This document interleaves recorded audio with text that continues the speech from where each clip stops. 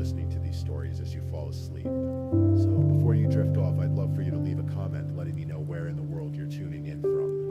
And if you're enjoying the story, don't forget to like and subscribe. It really helps the channel grow.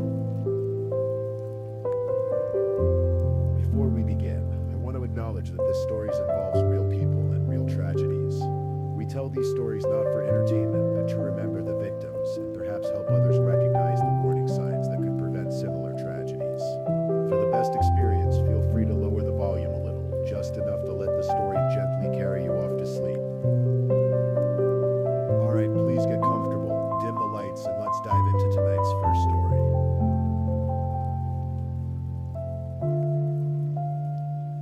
Tonight we're going to explore a story that unfolded slowly over 4 years.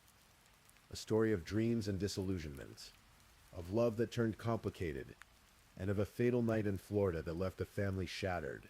This is the story of Doug Benefield, a former Navy pilot who believed in second chances, and the woman he married after knowing her for only 13 days. Picture a warm summer evening in August of 2016 in Palm Beach, Florida. The presidential campaign was in full swing, and at a political gathering, two people met who seemed at first glance to have little in common. Doug Benefield was 54 years old, a widower, a former naval flight officer who had spent 3 years flying missions from San Diego before transitioning to work as a consultant for technology companies and defense contractors. He had a teenage daughter named Eva, who was 15 at the time. Just 9 months earlier, his wife Renee had died suddenly and unexpectedly from an undiagnosed heart condition. Eva had been the one to find her mother's body. The loss had devastated them both. Ashley Byers was 24 years old. She had trained as a ballerina with the Maryland Youth Ballet and had done some swimsuit modeling. That summer, she was working in the campaign office for Donald Trump in Sarasota, sometimes helping to energize crowds at rallies. She was graceful, beautiful, and full of ambitions for her future. She wanted to build something meaningful in the world of ballet. She wanted a family, she wanted love. When Doug and Ashley met at that gathering, something sparked between them immediately. Doug was captivated. Friends would later say he thought Ashley was the most beautiful, most amazing person he had ever met. For Ashley, Doug seemed loving, attentive, established. They both shared similar political views, a deep religious faith, and both even held concealed carry permits. There was, as one person observed, an instant connection over guns, God, and politics. 13 days later, they were married. The wedding took place in Charleston, South Carolina, Doug's hometown, at St. Michael's Episcopal Church. Very few people attended. Doug invited almost no one, not even his daughter Eva. One of Doug's closest friends, Trip Cormany, who happened to be an ordained Episcopal pastor, performed the ceremony. He wasn't entirely comfortable with the rushed decision, but he was loyal to his friend. Doug, deeply religious, wanted to marry Ashley before they became intimate. He believed in doing things the right way. For Eva, learning about the marriage was a shock. She was upstairs in their home when Doug called her down. She came downstairs to find her father and Ashley waiting to tell her something. Eva, still grieving her mother, tried to keep an open mind. She later recalled saying to her father that the only thing he would need to tell her about his relationship was if he had proposed.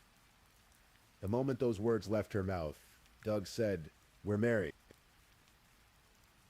It was a lot for a 15-year-old girl to process. Her mother had died less than a year before. Her father, who had been her rock through that devastating loss, had suddenly married a woman only 9 years older than Eva herself. But Eva wanted her father to be happy. If this kept him from being consumed by grief, she would try to accept it. Ashley moved into Doug's home in Mount Pleasant, just outside Charleston. She had a dream, a vision she had been carrying with her for years. She wanted to create a ballet company unlike any other, one that would celebrate diversity and inclusivity in an art form that had always been rigid about body types, heights, and appearances. She called it the American National Ballet. Doug, who friends joked couldn't spell ballet before he met Ashley, threw himself into making her dream a reality. When you love someone, you want to make them happy. Doug was determined to help Ashley build something extraordinary. Together, they began recruiting dancers from all over the country, promising them a revolutionary company that would welcome tall dancers, short dancers, dancers of different body types and ethnicities. It would be a home for those who had been told they didn't fit the traditional mold. But life at home was becoming complicated. Ashley tried to develop a motherly relationship with Eva, but Eva wasn't ready for that. She was still grieving her own mother, and the last thing she wanted was someone trying to replace her. Ashley meant well, perhaps, but the dynamic was awkward and painful. Eva felt like Ashley was taking away her best friend, her father, the one person who had promised her that everything would eventually be okay. The tension in the household grew, and then one day something happened that would foreshadow the darkness to come. During an argument about Eva, Doug lost his temper. He pulled out a gun, held it to his head, and threatened to blow his brains out in front of Ashley. Then he pulled the trigger. The bullet went into the ceiling of their kitchen. Doug's friend Trip Carmody would later recall Doug telling him about this incident. Doug was embarrassed, ashamed. He said it was the dumbest thing he had ever done in his life. And yet, despite this frightening display, Ashley didn't leave. 2 days later, Doug and Ashley held a formal wedding reception, as if nothing had happened. Ashley was also focused on another dream, becoming a mother. There was a problem, though. Doug had previously had a vasectomy, but because he loved Ashley and wanted to make her happy, he agreed to have the procedure reversed. For Eva, this felt like another betrayal. Her father had told her he wasn't planning on having more children. Now suddenly, he was starting over, building a new family. Eva felt like she was being replaced, just as her mother's memories seemed to be fading into the background. In the summer of 2017, Ashley became pregnant. Around the same time, approximately 40 dancers from around the world began arriving in Charleston to join the American National Ballet. They were excited, full of hope, ready to be part of something groundbreaking. They believed in Ashley's vision. They trusted that the promises they had been made would be kept. But when they arrived, Ashley was nowhere to be found. Doug stood before the assembled dancers and explained that Ashley was bedridden with a difficult pregnancy and wouldn't be able to work with them for the foreseeable future. The dancers were confused and disappointed. This wasn't what they had been promised. They had been told there would be a state-of-the-art facility in downtown Charleston. Instead, they found themselves asking local dance studios if they could use their space. The promised budget of $2.5 million never materialized. The grand vision began to crumble almost immediately. By the end of August, Ashley had moved back to Florida to live with her mother, Alicia. She said it was a mutual decision, that Doug couldn't take care of her while running the ballet company, and that her mother could provide better support during her difficult pregnancy. Doug stayed in Charleston, trying desperately to keep the American National Ballet alive. But without Ashley and without the promised funding, it was a losing battle. Within months, the company collapsed entirely, leaving dozens of professional dancers feeling betrayed and abandoned. The marriage, too, was beginning to show deep cracks. Ashley would later claim that during her pregnancy, she began to suspect Doug was poisoning her. She felt more nauseous than she thought she should be. She started asking Doug about how his first wife, Renee, had died. When Doug told her it was a heart condition, an artery blockage, Ashley began to wonder if there was something more sinister at play. She suggested to Doug's cousin Tommy that perhaps Doug had poisoned Renee. Tommy was stunned. He had read the autopsy report. It was clear. Renee had died of coronary artery sclerosis, a heart condition. There was no poison involved, but Ashley's suspicions deepened. One night in September, while Doug was out, Ashley and her mother returned to the house in Charleston. What happened that night would become another point of contention between them. Another piece of a story that was growing darker and more tangled with each passing month. In March of 2018, 3 weeks before her due date, Ashley checked into a hospital in Florida. She told the medical staff that her husband had been poisoning her. Doctors performed an emergency cesarean section and delivered a healthy baby girl. Doug didn't even know his daughter had been born. Ashley named the baby Emerson.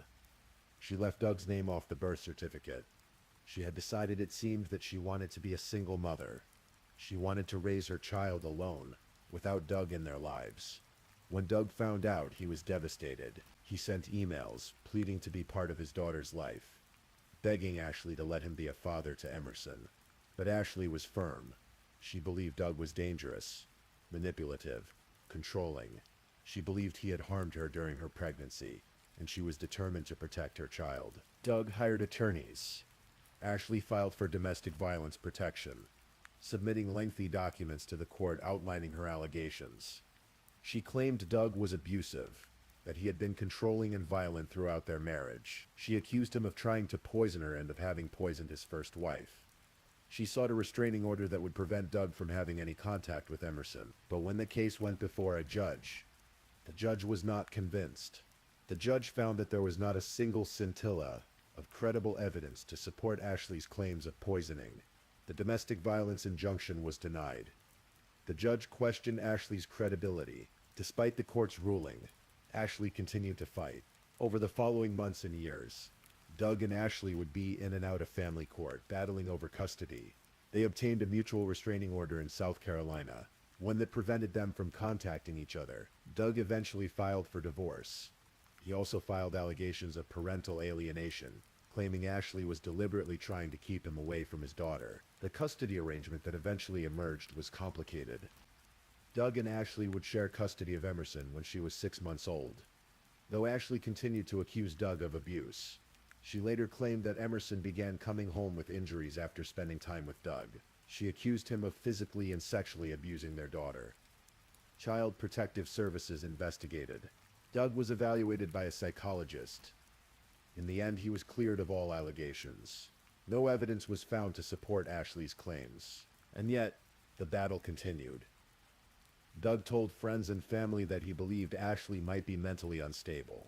Ashley told her therapist and her mother that she was living in constant fear of Doug, that he was dangerous, that she had tried to get help from authorities but no one would believe her. By 2019, something unexpected happened. Doug and Ashley began to reconcile. After all the court battles, all the accusations, all the pain, they started spending time together again. They went to therapy together. They saw a psychologist as part of their custody proceedings. To outsiders, it seemed like they were trying to work things out, to rebuild their family for the sake of their daughter. You even noticed her father seemed happier. Doug told her that his relationship with Ashley was going well, that he was excited for a fresh start. Friends held their breath, hoping that maybe somehow this reunion would work. But they also worried. Trip Cormany, Doug's close friend, knew better than to try to talk Doug out of it. He could see that Doug was committed to making this work, no matter what it took. He would later say that Doug was going to do this if it killed him. In August of 2019, Doug noticed something. When Ashley came to drop off Emerson, she was wearing what appeared to be an engagement ring. Doug's suspicions were aroused. He hired a private investigator who discovered that Ashley was seeing someone else. Doug felt betrayed all over again. He filed for divorce once more. Ashley, in turn, filed new allegations. She claimed Doug had physically and sexually abused Emerson. Doug vehemently denied the accusations. Child Protective Services investigated again and found no evidence. Eva, Doug's older daughter, was interviewed. The investigation concluded that the allegations were unfounded. And then in the summer of 2020, another twist. Despite the divorce filing, despite the ongoing custody battle, despite everything, Ashley and Doug decided to try again. They made plans to move together to Maryland, where Ashley had grown up. They would live separately, in different homes, but they would both be there for Emerson. It was a plan that seemed to some optimistic. To others it seemed impossible.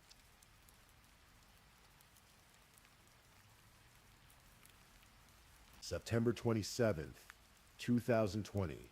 It was a Sunday evening in Lakewood Ranch, Florida, a quiet suburban community where Ashley had been living with her mother, Alicia. Doug had come to help pack their belongings into a U-Haul truck for the move to Maryland. Emerson, now 2 years old, was at the house with her mother and grandmother. Around 7 p.m., Alicia took Emerson to a nearby park. This left Doug and Ashley alone in the house. What happened next is a matter of profound dispute. There were no witnesses. There was no video footage. There were only 2 people in that house, and only one of them would survive to tell the story. According to Ashley, an argument erupted between her and Doug. She would later testify in court that Doug became angry, that he struck her in the face, that he blocked her from leaving the room. She said she was terrified, that she grabbed her .45 caliber handgun, that she begged Doug to stop, to leave her alone. She claimed that Doug lunged at her, and in that moment, fearing for her life, she fired 2 shots. One hit Doug in the leg. The second, the fatal shot, entered the right side of his chest. The bullet traveled through his chest wall, hitting his right lung and causing catastrophic internal damage. Ashley ran, still holding the gun. She went to a neighbor's house. She told the neighbor that Doug had attacked her and that she had shot him in self-defense. The neighbor immediately called 911. When police and paramedics arrived, they found Doug still alive, but gravely injured. He was unable to speak. He was rushed to a nearby hospital, but the damage was too severe. Approximately 1 hour after being shot, Doug Benefield was pronounced dead. He was 58 years old.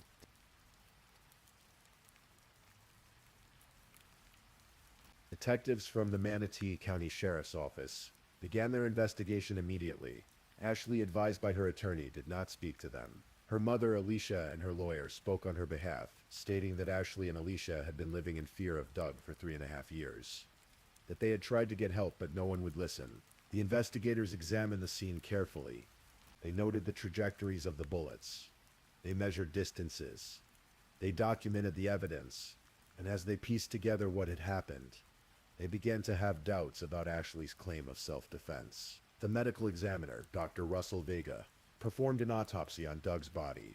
His findings were significant. The fatal shot had entered the right side of Doug's chest, not the front. If Doug had been lunging at Ashley, charging toward her, the wound would likely have been in the front of his body. But it wasn't. The bullet had entered from the side. Furthermore, there was no stippling on Doug's shirt. Stippling is a pattern of gunpowder residue that appears on a surface when a gun is fired at close range. The absence of stippling indicated that the gun had been fired from at least 3 to 7 feet away. This suggested that Doug and Ashley were not locked in close combat when the fatal shot was fired. They were not, as Ashley claimed, struggling in a life-or-death situation where Doug was lunging at her. The investigators also noted something else. When they arrived at the scene, they found multiple guns. Ashley had a concealed carry permit. Doug did too. Both of them were armed individuals who knew how to handle firearms. But the presence of these weapons and the circumstances of the shooting raised questions about what had really transpired that night. After a month of investigation, on November 4th, 2020, Ashley Benefield was arrested and charged with second-degree murder. She pleaded not guilty. She posted a bond of $100,000 and was released from custody after 17 days in jail. For the next 4 years, the case would wind its way through the legal system, drawing national media attention and becoming known as the Black Swan case, a reference to the 2010 film about a tortured ballerina whose quest for perfection leads to mental instability. As the case developed, 2 starkly different narratives emerged. To the prosecution, this was a case about custody, about control, about a woman who had decided early in her pregnancy that she wanted to be a single mother and would stop at nothing to achieve that goal. Assistant State Attorney Suzanne O'Donnell argued that Ashley had fabricated the abuse allegations, that she had systematically worked to alienate Doug from his daughter, and that when all other avenues failed, when it became clear that Doug was not going to simply disappear from their lives, Ashley decided to eliminate him permanently. The prosecution pointed to the pattern of allegations over the years. Allegations that had been investigated and dismissed by judges, by Child Protective Services, by psychologists. They pointed to the fact that Ashley had left Doug's name off Emerson's birth certificate, that she had repeatedly sought restraining orders, that she had accused Doug of poisoning her and his first wife, despite a complete lack of evidence. They argued that the night of the shooting, Doug and Ashley were packing for a move that would have involved shared custody, and that Ashley saw this as her last chance to gain sole control over her daughter. To the defense, this was a case about domestic violence, about a woman trapped in an abusive relationship with a man who was 30 years her senior, a man who was controlling, manipulative, and violent. Defense attorney Neil Taylor argued that Ashley had repeatedly sought help from authorities, that she had filed complaint after complaint, but that no one had believed her. He pointed to the incident where Doug fired a gun into the ceiling, to the turbulent nature of their relationship, to the power imbalance between them. Taylor presented text messages between Ashley and Doug, messages that he said showed Doug's controlling behavior. He brought in Ashley's therapist, who testified that Ashley had been living in a state of constant fear, that she believed her life was in danger. He argued that on the night of the shooting, Doug had attacked Ashley, that she had defended herself, and that she should be acquitted. Ashley herself took the stand. In emotional testimony, she described her relationship with Doug as confusing, a back and forth between moments of love and moments of fear. She said she had tried to make the marriage work because she didn't want to fail, because she believed that if she just loved Doug enough, things would change. She testified that on the night of September 27th, Doug had struck her, that he had blocked her from leaving, that she had grabbed her gun and begged him to stop. She said that when Doug lunged at her, she fired in self-defense. She was scared to death. She thought he was going to kill her. But the prosecution challenged her account. O'Donnell argued that the physical evidence contradicted Ashley's story. The side-to-side trajectory of the bullet, the distance from which the gun was fired, the lack of any significant injuries on Ashley's body beyond what O'Donnell called superficial scratches. O'Donnell argued that Ashley had shot Doug, not because she was in imminent danger, but because she had finally found a way to get what she wanted, sole custody of Emerson. Doug's family also spoke out. His daughter Eva, now in her early 20s, testified about her father's character. She said Doug was kind to a fault, smart, strong, generous. She said his generosity was what got him killed. Doug's brother David and his cousin Tommy also testified, describing Doug as a loving partner to Ashley, someone who had bent over backwards to try to make the relationship work. They rejected Ashley's characterization of Doug as abusive. They believed Ashley was the one who had been manipulating and controlling Doug, not the other way around. The trial began in late July of 2024 at the Manatee County Judicial Center in Bradenton, Florida. It lasted 6 days. Both sides presented their evidence, their witnesses, their theories of what had happened. The jury listened to testimony from Eva, from Doug's friends and family, from Ashley's therapist, from the medical examiner, from detectives and investigators. They saw photos of the scene. They heard recordings of the 911 call. They examined the text messages between Doug and Ashley. On the evening of July 30th, after hours of deliberation, the jury returned with a verdict. Ashley Benefield was found not guilty of second-degree murder, but she was found guilty of the lesser charge of manslaughter with a firearm. When the verdict was announced, the judge immediately revoked Ashley's bond. She was taken into custody by the Manatee County Sheriff's Office. Outside the courthouse, reactions were mixed. Doug's family expressed relief that Ashley had been held accountable, though they were disappointed she hadn't been convicted of murder. Eva said she felt justice had been served. She believed her father was the victim, not Ashley. Ashley's supporters, including her mother Alicia and her young daughter Emerson, had been holding vigils outside the courthouse throughout the trial. They maintained that Ashley had acted in self-defense, that she had been a victim of abuse, and that the verdict was unjust. The case attracted significant attention on social media. Eva, who had a large following on TikTok, posted videos about the trial, sharing her perspective and her grief. Some people believed Ashley, others believed Doug's family. The case became in many ways a flashpoint for larger debates about domestic violence, about self-defense, about who gets believed and who doesn't.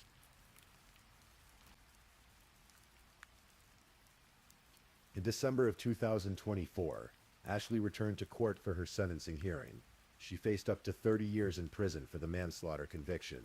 Both sides presented arguments about what an appropriate sentence would be. The defense asked for a downward departure from the minimum sentence. Ashley's attorney argued that she had acted under extreme duress, that she had shown remorse, that she had been diagnosed with post-traumatic stress disorder, and that Doug had been the initiator and aggressor.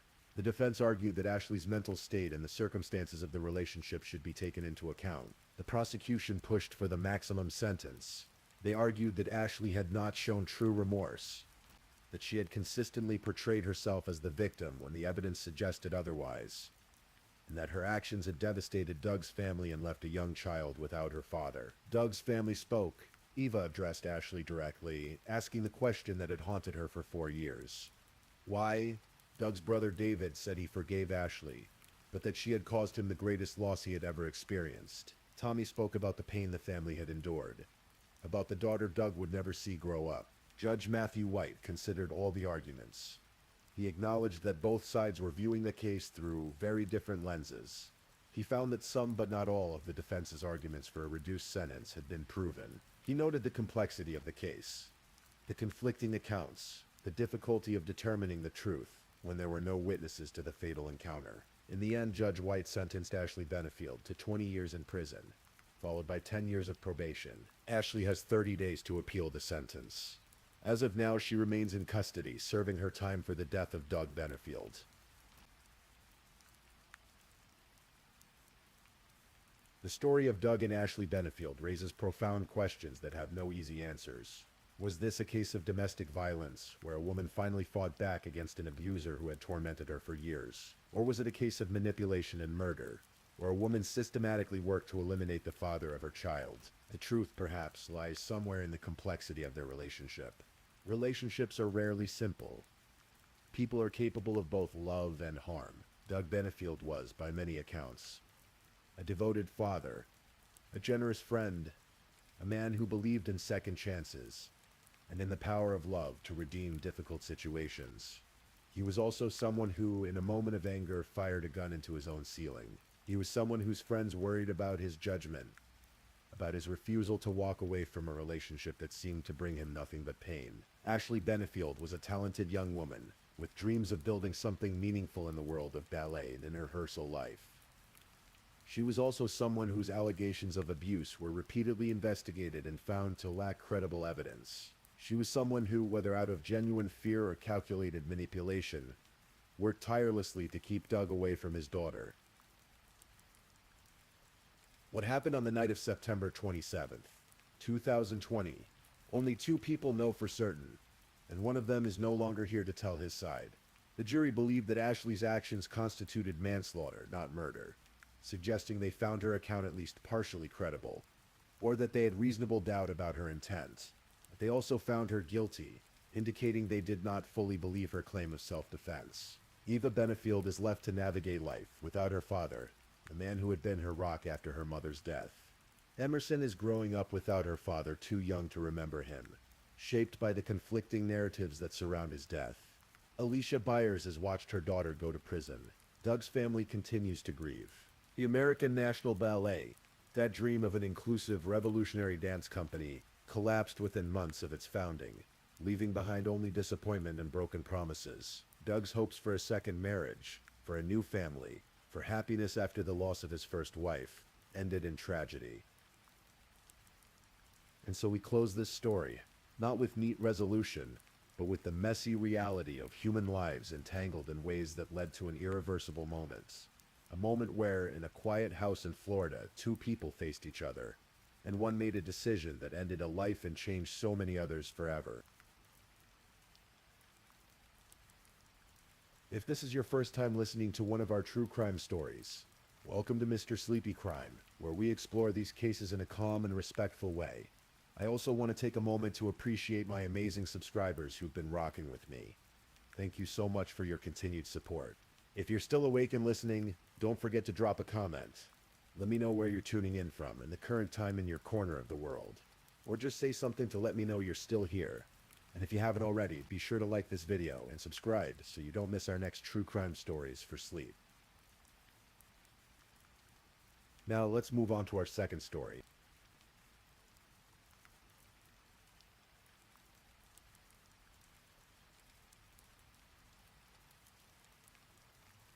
Story 2. Tonight, as you drift towards sleep, I'm going to tell you a story.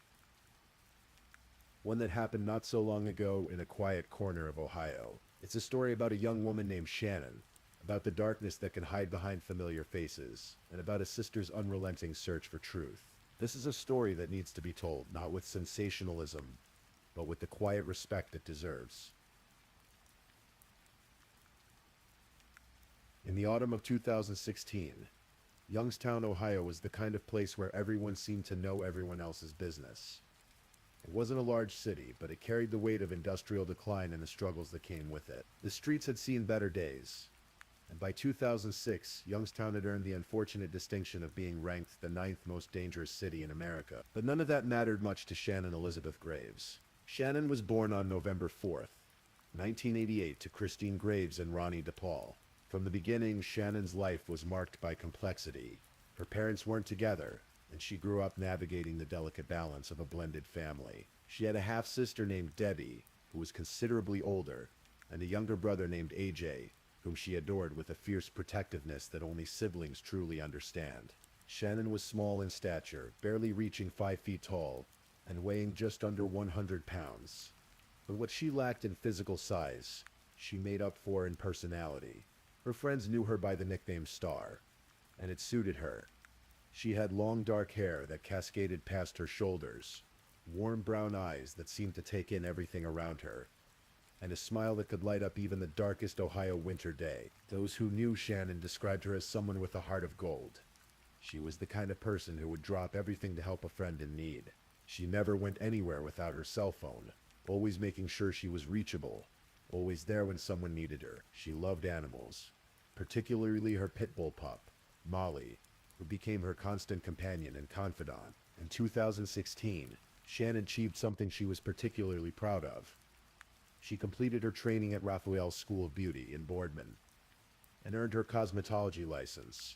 It represented a new beginning, a chance to build something stable in an often unstable life. Shannon was excited about starting a career in the beauty industry, about having something that was truly hers. But Shannon's life wasn't without its shadows. Like many young people in Youngstown, she found herself drawn to what some might call a rough crowd. She hung out with people who lived on society's edges, people who dealt in substances that existed outside the law, people whose lives were complicated and sometimes dangerous. Her half-sister Debbie, who had practically raised Shannon like a daughter, watched with concern as Shannon made choices that worried her. But Shannon was her own person, living her own life, making her own decisions. And in April of 2016, Shannon made a decision that would ultimately seal her fate. She met a man named Arturo Novoa. Arturo Novoa was 31 years old when he entered Shannon's life. He was a small-time drug dealer, the kind of person who operated in the shadows of Youngstown's struggling neighborhoods, selling marijuana and other substances to make ends meet. He went by various names, sometimes calling himself Anthony Gonzalez, a detail that should have been a red flag from the start. But Shannon saw something in him. Perhaps it was the thrill of danger, or perhaps she believed she could be the one to change him.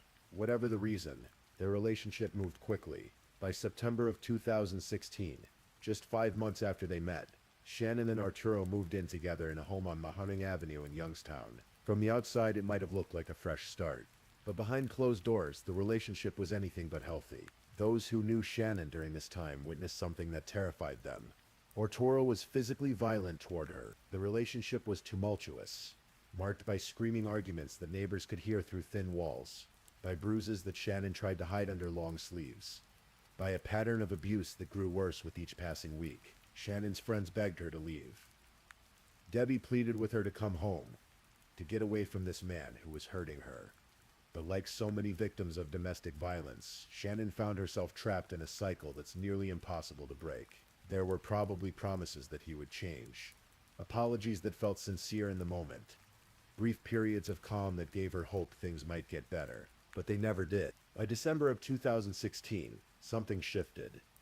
Shannon and Arturo's relationship reached a breaking point, and he moved out of the Mahoning Avenue home. Shannon must have felt relief, perhaps even hope that she could finally move forward with her life, focus on her cosmetology career, spend time with Molly, rebuild. But Arturo hadn't really left her life. He had simply moved into another woman's life. Her name was Katrina Layton, a single mother who lived on Shields Road. Arturo had been seeing Katrina secretly, carrying on a relationship behind Shannon's back. When he moved out of Shannon's home, he moved directly into Katrina's. But here's where the story takes its first truly dark turn. After just 1 week with Katrina, Arturo moved back to Shannon's house on Mahoning Avenue. Why did Shannon take him back? We may never fully understand. Perhaps she loved him. Perhaps she was afraid of him.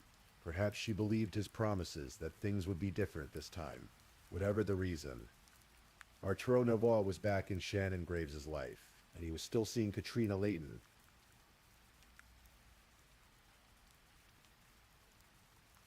February 24th, 2017 was a Friday. Winter still held Youngstown in its gray grip. It was the kind of day where darkness came early, where people hurried home from work wanting nothing more than to escape the cold. For Shannon Graves, it would be the last day of her life. What happened in that house on Mahoning Avenue has been pieced together through court testimony, forensic evidence, and the confessions of those involved. The details are disturbing, but they need to be told. At some point during that February day, an argument erupted between Shannon and Arturo. Perhaps she had discovered his continued relationship with Katrina. Perhaps it was about money, or drugs, or one of the countless other tensions that plagued their relationship. Whatever sparked it, the argument escalated. Arturo Novoa took a hammer.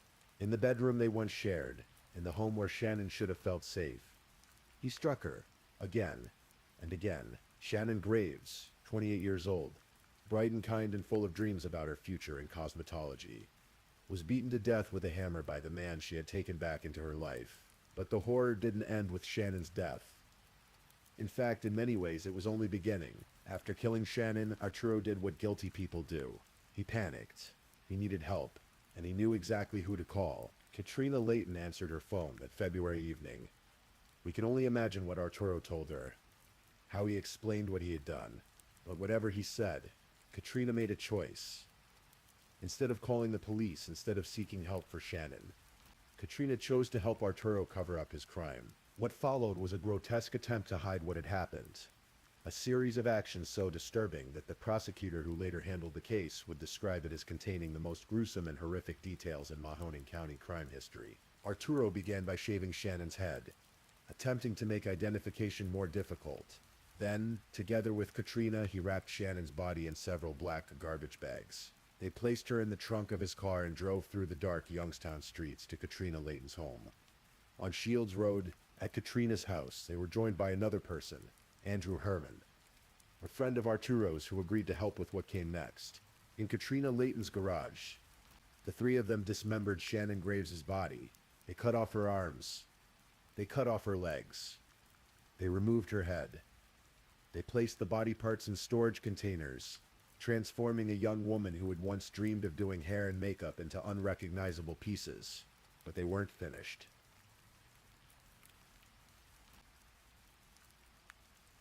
Between February 24th and mid-March, Arturo, Katrina, and Andrew engaged in an elaborate and increasingly desperate attempt to destroy evidence of what they had done. Arturo had a friend who lived on Sherwood Avenue. On March 1st, just days after Shannon's murder, Arturo asked this friend if he could have a bonfire at his house. The friend, having no idea what Arturo was really planning, agreed. That evening, Arturo and Katrina brought bags and totes to the Sherwood Avenue address. In a growing fire, they burned Shannon's belongings. Her clothes, her papers, her identification, her long dark hair that Arturo had shaved from her head, a bracelet that said Shannon on it. The fire grew so large that neighbors became concerned. At one point, it was big enough that the fire department was called to investigate. Imagine firefighters arriving to put out what they thought was an out-of-control bonfire, having no idea they were actually looking at evidence of murder being destroyed in flames. The next day, the residents of the Sherwood Avenue house walked out to where the fire had been. They'd seen Arturo and Katrina pulling items from bags and totes and throwing them into the flames, and something about it had seemed strange. When they looked through the ashes, they found that bracelet, the one that said Shannon on it. Concerned, they scooped up the ashes from the fire pit and placed them in a laundry basket. They didn't know it yet, but they had just preserved crucial evidence. Meanwhile, back at the homes, Arturo and Katrina were dealing with Shannon's remains. On March 11th, they placed an order at Walmart for 12 gallons of sulfuric acid. But they were paranoid about being identified, so they placed the order under the name Chicken Man instead of using real names. When they went to pick up the acid, the Walmart employee refused to hand it over without seeing identification. It was store policy. So Katrina Layton showed her ID and used her own credit card to purchase 12 gallons of sulfuric acid. Think about that for a moment. A Walmart employee, probably working a minimum wage job, probably thinking about what to make for dinner that night, had no idea she was selling acid that would be used to dissolve parts of a murdered woman's body. Arturo and Katrina took the acid back to the Mahoning Avenue address. They poured it into the storage container holding Shannon's torso and head. The acid worked. After a fashion, it dissolved most of Shannon's torso and head. But not completely. Portions of her skull remained, along with some teeth. These remains, along with Shannon's arms and legs, were placed in a freezer in Shannon's own home. The same home where she had lived, where she had cared for Molly, where she had probably looked forward to starting her new career. And then something even more disturbing happened. Katrina Layton moved into Shannon's apartment. She slept in Shannon's bed. She used Shannon's phone. She spent money on Shannon's credit cards. She cared for Shannon's beloved dog, Molly. For the next several months, Katrina Layton essentially assumed Shannon Graves' identity, living her life as if Shannon had simply ceased to exist. Because in a way, that's exactly what Arturo and Katrina wanted everyone to believe.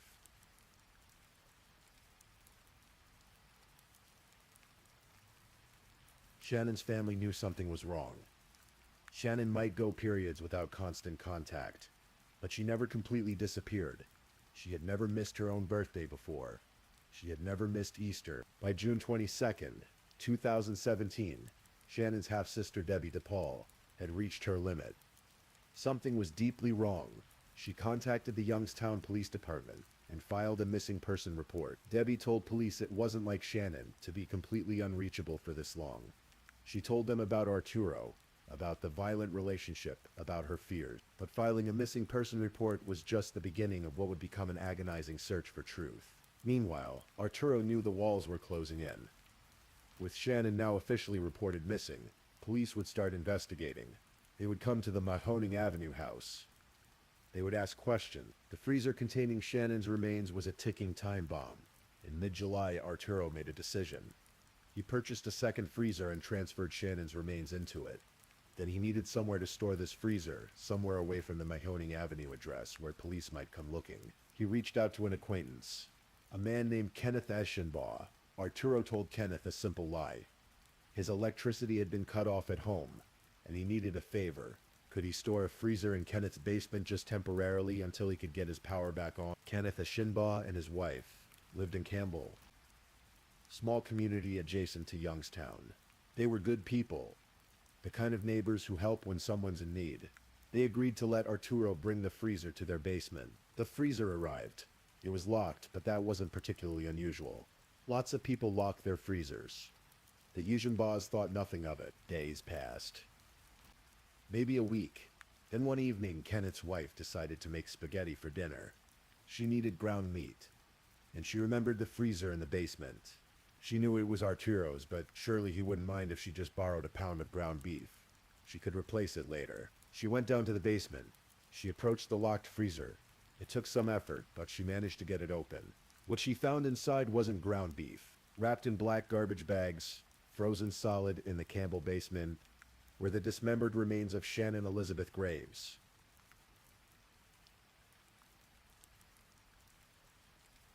The discovery on that July evening sent shockwaves through the small communities of Campbell and Youngstown.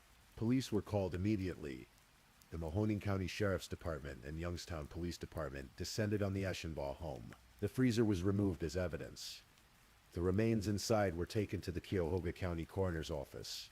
Identification would require forensic analysis, dental records, and DNA testing. Within days, investigators confirmed what Shannon's family had feared but hoped against. The remains were those of Shannon Graves. Her fingerprints, taken from the portions of her hands that remained, matched her records. DNA confirmed her identity on July 29, 2017. Shannon was officially pronounced dead, even though she had actually died on February 24th, 5 months earlier. Arturo Novoa and Katrina Layton were arrested quickly. Both were charged with aggravated murder, tampering with evidence, and abuse of a corpse. Bond was set at $1 million for each of them. Andrew Herman, who had helped dismember Shannon's body, was also arrested and charged.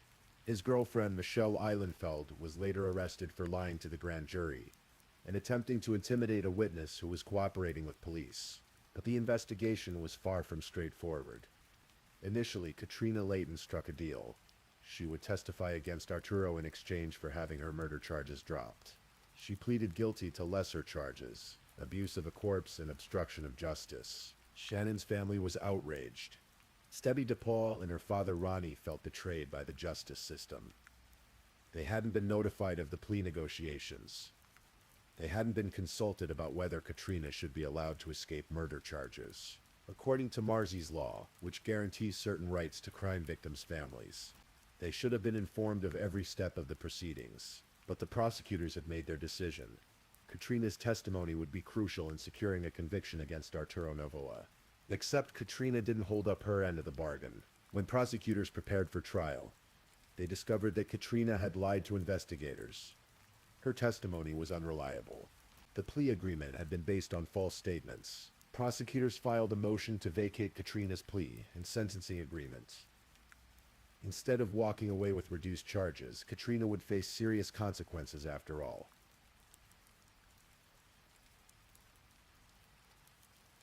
The case moved forward. Arturo Novoa, facing the weight of evidence against him and the prospect of spending the rest of his life in prison, made a decision. He would accept a plea deal. In exchange for having the aggravated murder charge dismissed, Arturo pleaded guilty to murder, abuse of a corpse, tampering with evidence, engaging in a pattern of corrupt activity, drug trafficking, possession of criminal tools, and multiple other charges. In total, he pleaded guilty to 43 offenses. On June 14th, 2019, Arturo Novoa stood before Judge Anthony Donofrio in Mahoning County Common Pleas Court for sentencing. The prosecutor, Attorney Stephanie Anderson from the Ohio Attorney General's office, addressed the court. She described the case as containing the most gruesome and horrific details in Mahoning County's history, possibly in all of Ohio's history. She detailed how Arturo had killed Shannon, dismembered her body, attempted to dissolve her in acid, burned her belongings, and moved her remains multiple times over months to avoid detection. Judge Donofrio listened to all the evidence. Then he looked at Arturo Novoa and spoke words that captured the horror of what had been done. Your planning, scheming, and actions in this case have shocked the conscience of the community, the judge said. Your actions were inhumane, cruel, sadistic, and barbaric. Arturo Novoa was sentenced to 48 years to life in prison. Given his age at sentencing, it meant he would likely die in prison. Katrina Layton, after her plea agreement fell apart, was ultimately sentenced to 18 years in prison for her role in the murder, dismemberment, and cover-up. She was later released to a correctional facility where she is expected to remain until 2036. Andrew Herman pleaded guilty to charges related to helping dismember Shannon's body and was sentenced to prison time. Michelle Einfeld was sentenced for her obstruction efforts. But even with all these convictions, something crucial remained unresolved. Not all of Shannon's remains had been found. Her complete body had never been recovered. Portions of her had been dissolved in acid. Other portions may have been disposed of in ways police never discovered. To this day, investigators continue to search for additional remains, hoping to give Shannon's family complete closure. Every few weeks, Debbie DePaul visits St. John's Cemetery in Campbell. She trims the grass around Shannon's grave. She spray paints a large pink heart on the ground next to the gravestone. Pink was Shannon's favorite color. Shannon Elizabeth Graves is buried there, or at least the parts of her that were recovered. The gravestone marks a life that ended far too soon, a life full of potential that was stolen by violence. Debbie took in Shannon's pit bull, Molly. The dog serves as a living connection to the sister Debbie loved and lost. Every time she looks at Molly, she remembers the Shannon who cared for this animal, who loved with her whole heart, who dreamed of building a career and a better life. The case highlights something that often goes unnoticed in true crime stories. Shannon Graves was a real person. She wasn't just a victim in a sensational case. She was someone's daughter, someone's sister, someone's friend. She had dreams and fears and favorite colors. She wanted to do hair and makeup. She loved her dog. She was trying to navigate a complicated life in a complicated world, and she found herself in a relationship with a violent man. Situation that escalates to lethality far more often than most people realize. Domestic violence claims lives with devastating regularity. The statistics are chilling. 1 in 4 women will experience severe physical violence from an intimate partner in their lifetime. Shannon's story is a reminder that abuse doesn't always look the way we expect. The victims don't always leave. The perpetrators don't always seem dangerous to outsiders, and the consequences can be fatal. October is Domestic Violence Awareness Month. If you or someone you know is in a potentially dangerous relationship, help is available. The National Domestic Violence Hotline can be reached at 1-800-799-7233. In the Youngstown area, organizations like Sojourner House provide shelter and support. These resources exist because of cases like Shannon's, because people like Debbie DePaul refuse to let their loved ones be forgotten. And so we come to the end of Shannon's story, or at least the end of what can be told. Her murder shocked a community. Her case worked its way through the criminal justice system. Her killers were convicted and sent to prison. But Shannon herself remains more than just a case file. She's a sister who is missed, a daughter who is mourned, a young woman whose life mattered, whose dreams mattered, whose favorite color was pink. As you drift off to sleep tonight, perhaps you'll think of Shannon. Perhaps you'll remember that behind every true crime story is a real person, someone who laughed and loved and hoped for better days. And in the morning, maybe take a moment to appreciate the people in your life, to recognize the signs if someone you know is in danger, to remember Shannon Graves and the countless others whose stories need to be told. If you're still awake and listening, check whether you've left your little goodnight comment. I always check your comments before I sleep too. And if you haven't already, don't forget to like this video and subscribe so you don't miss our next true crime stories for sleep. Meanwhile, let's move on to our third story.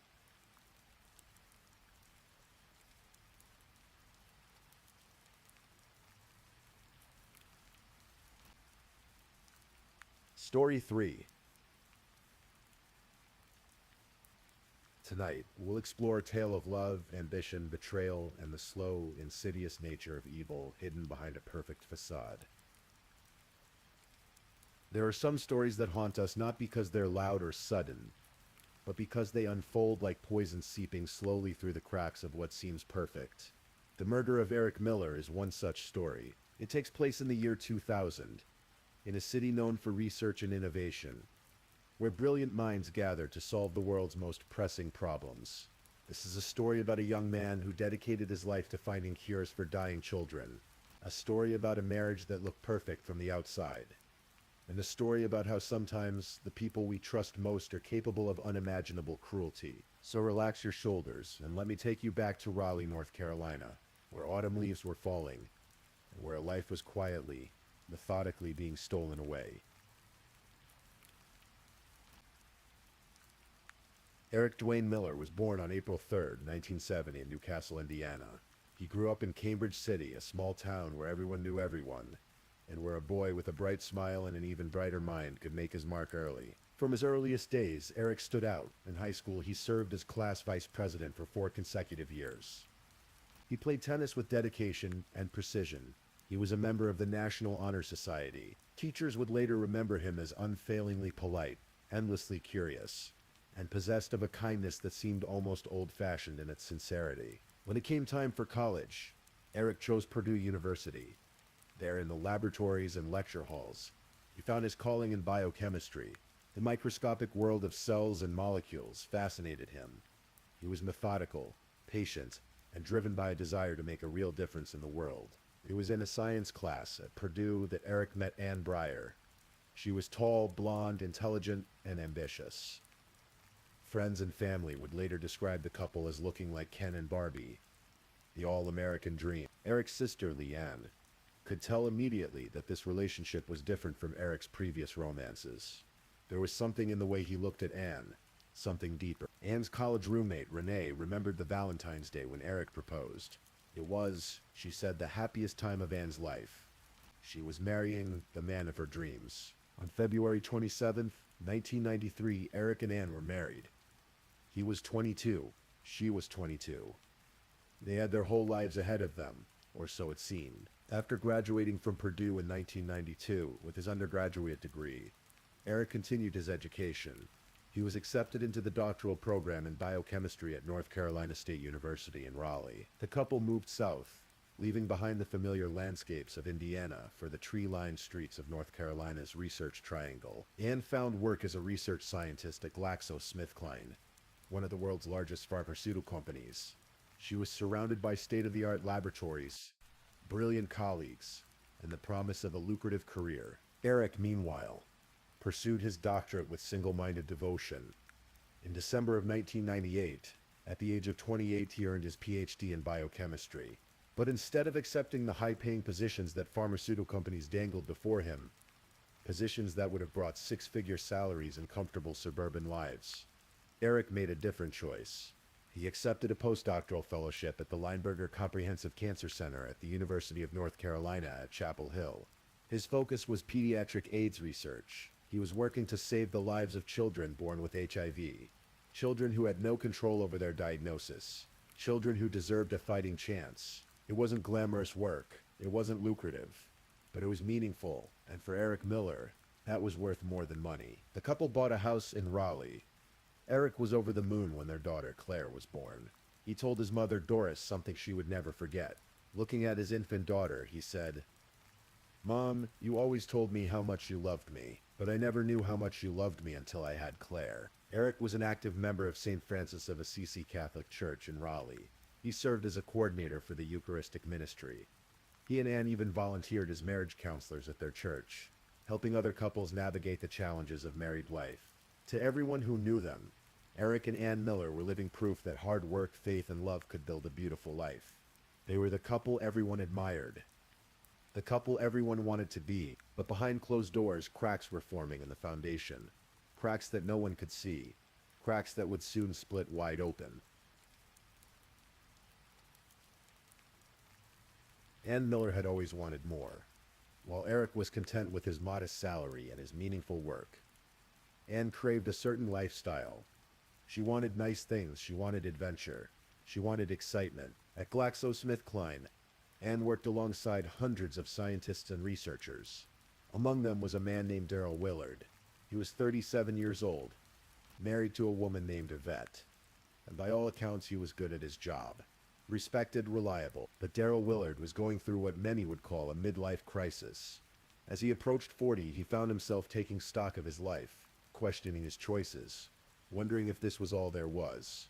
He was vulnerable, and Anne Miller, it seems, recognized that vulnerability. No one knows exactly when the affair between Anne Miller and Darrell Willard began, but phone records would later paint a damning picture. During a one-month period in the fall of 2000, there were more than 100 calls between Anne's home, work, and cell phones, and Darrell's various phone lines. 51 calls from Anne's phones to Darrell's cell phone, 29 calls from Darrell's phones to Anne's cell, 22 calls to his work phone, 6 calls to his home phone. The calls came at all hours, early morning, late at night during the workday when they could have simply walked to each other's desks. There were also emails, dozens of them, recovered later from Anne's work computer. The emails began in late October of 2000 and continued until mid-November. They were, according to police reports, clearly indicative of a personal relationship, the kind that goes far beyond professional courtesy. Darrell's wife, Yvette, began to suspect something was wrong. She noticed the way Darrell talked about Anne. It was different from the way he talked about anyone else at work. There was an edge to it, an intensity. Just days before Eric Miller became violently ill, Anne and Darrell took a romantic trip together to Chicago.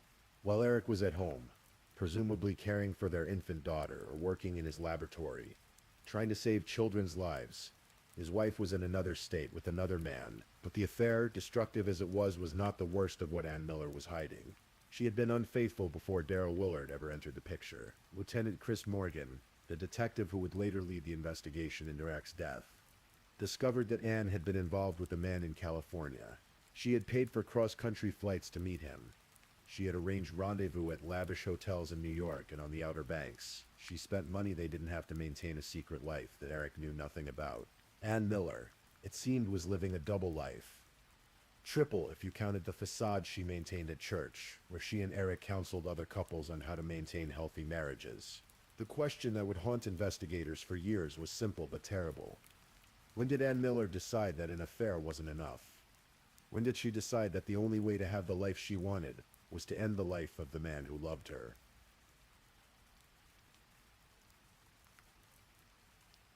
November 15th, 2000, started like any other Wednesday evening. Eric Miller met his wife and some of her colleagues for an evening of bowling at a local alley in Raleigh. It was meant to be a casual, fun night out, a chance to unwind after a long day of work. Among the group was Darrell Willard. Eric had no reason to be suspicious. As far as he knew, Darrell was simply one of Anne's co-workers, just another scientist from the pharmaceutical company. someone to make small talk with while they bowled. At some point during the evening, Daryl poured Eric a beer.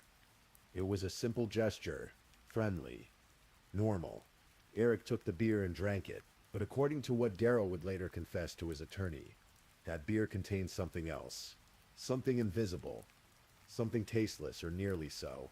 Eric complained that the beer tasted bitter, but he drank it anyway. Arsenic. Approximately 30 minutes after Eric arrived at the bowling alley, he became violently ill. The symptoms came on suddenly, and with brutal force. Severe nausea, vomiting, abdominal pain. He looked everyone present like a man suffering from the worst food poisoning imaginable. Ian rushed him to Rex Hospital in Raleigh. The emergency room doctors examined him, ran tests, and concluded that he was suffering from a severe gastrointestinal illness, perhaps food poisoning, perhaps a stomach virus. These things happened. They gave him fluids, medication for the nausea, and monitored him carefully. Eric spent more than a week in the hospital. Slowly his symptoms improved. The vomiting stopped.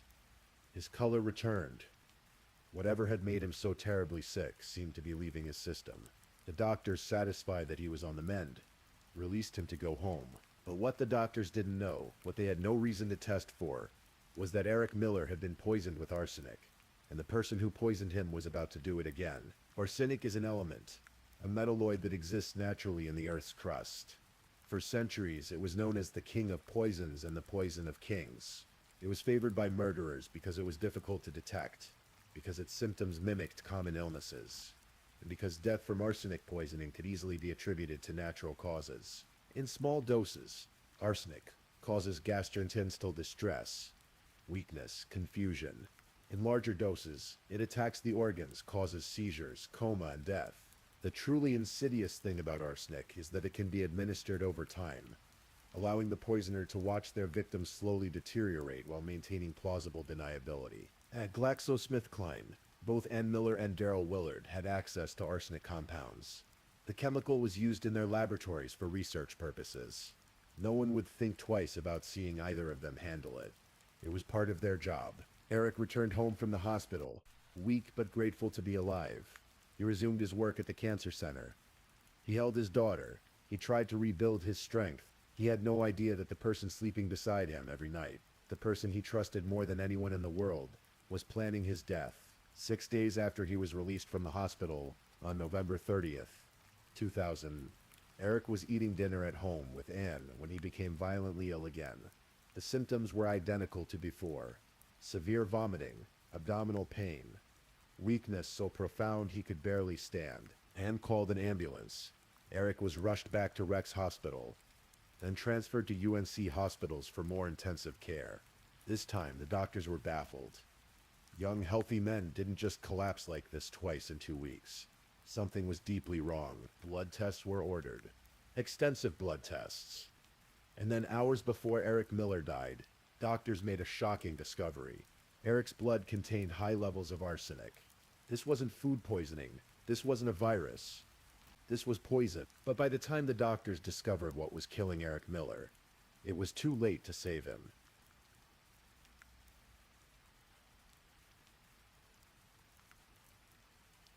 On December 2nd, 2000, at the age of 30, Eric Miller died of cardiac arrest brought on by arsenic poisoning. His heart, weakened by the toxic assault on his system, simply stopped beating. His parents, Ferris and Doris, arrived at the hospital just minutes after their son's death. Doris would later describe the scene with heartbreaking clarity. Eric was lying in his hospital bed with a breathing tube still in his mouth. They had tried to resuscitate him, but there was nothing more to be done. His body was cold.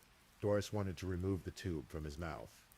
She wanted to cover him up because he looked so cold. A mother's instinct, even in death, is to protect her child. At the funeral, Ann Miller appeared devastated. She wept. She leaned on her father for support. She appeared to everyone present to be a young widow shattered by the sudden, inexplicable loss of her husband. Eric's family was in shock. This made no sense. Eric was 30 years old. He was healthy.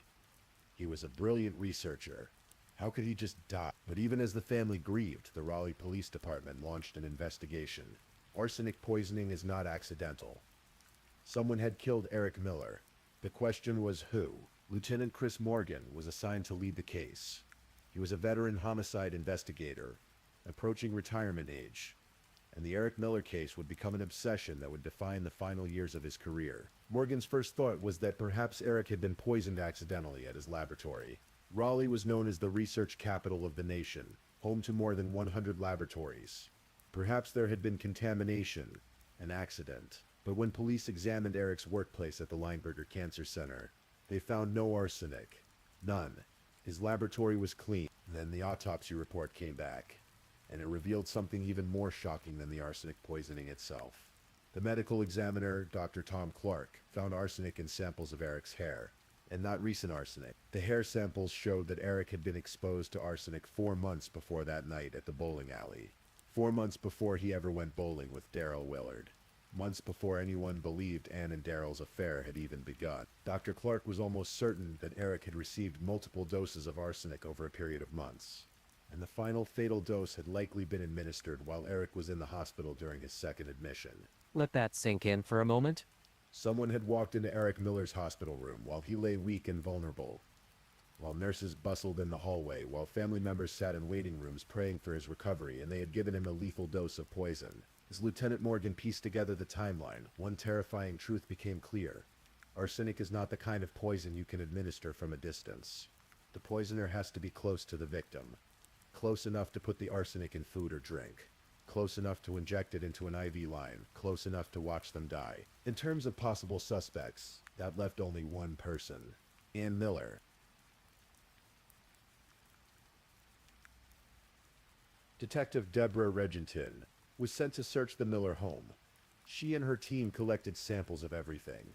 Every bottle of shampoo, every conditioner, every bar of soap, every fluid in the refrigerator, every cleaning product under the sink. If it was liquid, if it could conceivably contain arsenic, they took a sample. They found nothing. But phone records and computer forensics were beginning to tell a very different story. The affair between Ann and Daryl Willard was now obvious. More than 100 phone calls in a single month. Emails that clearly showed a romantic relationship. A trip to Chicago just days before Eric became ill. On January 21st, 2001, the police made their move. They went to Ann's house on Claire's first birthday. They wanted to confront her about the affair. They wanted answers. Lieutenant Morgan knocked on the door. Ann's father answered, and Ann appeared behind him. She looked, according to Morgan, very weak. Her father was holding her up. She appeared to be on the verge of collapse. Morgan looked at her, and in that moment, he later said he saw pure evil. It wasn't something he could explain rationally. It was instinct. Years of looking into the eyes of killers had taught him to recognize it. And he recognized it in Ann Miller. But having a gut feeling and having evidence are two very different things. Morgan needed proof. He needed something concrete that would tie Ann to her husband's murder. The same day police confronted Ann, they also went to Daryl Willard's home to question him. Daryl had been avoiding police. He hadn't returned calls. He hadn't given an interview. When Morgan arrived at his house, Daryl came to the door, and Morgan saw a man experiencing what he could only describe as total defeat. Morgan said to Daryl, "I think you've been used by a woman." Daryl looked up with resignation on his face and replied, "Yeah, and she's done a very good job of it." Then Daryl said he couldn't talk anymore. He needed to call his attorney. He sat in the back of Morgan's police car and made the call while Morgan stood outside, wishing desperately that he could hear the conversation. He was certain Daryl knew who killed Eric Miller. He was the key to solving the case. But 24 hours later, everything changed.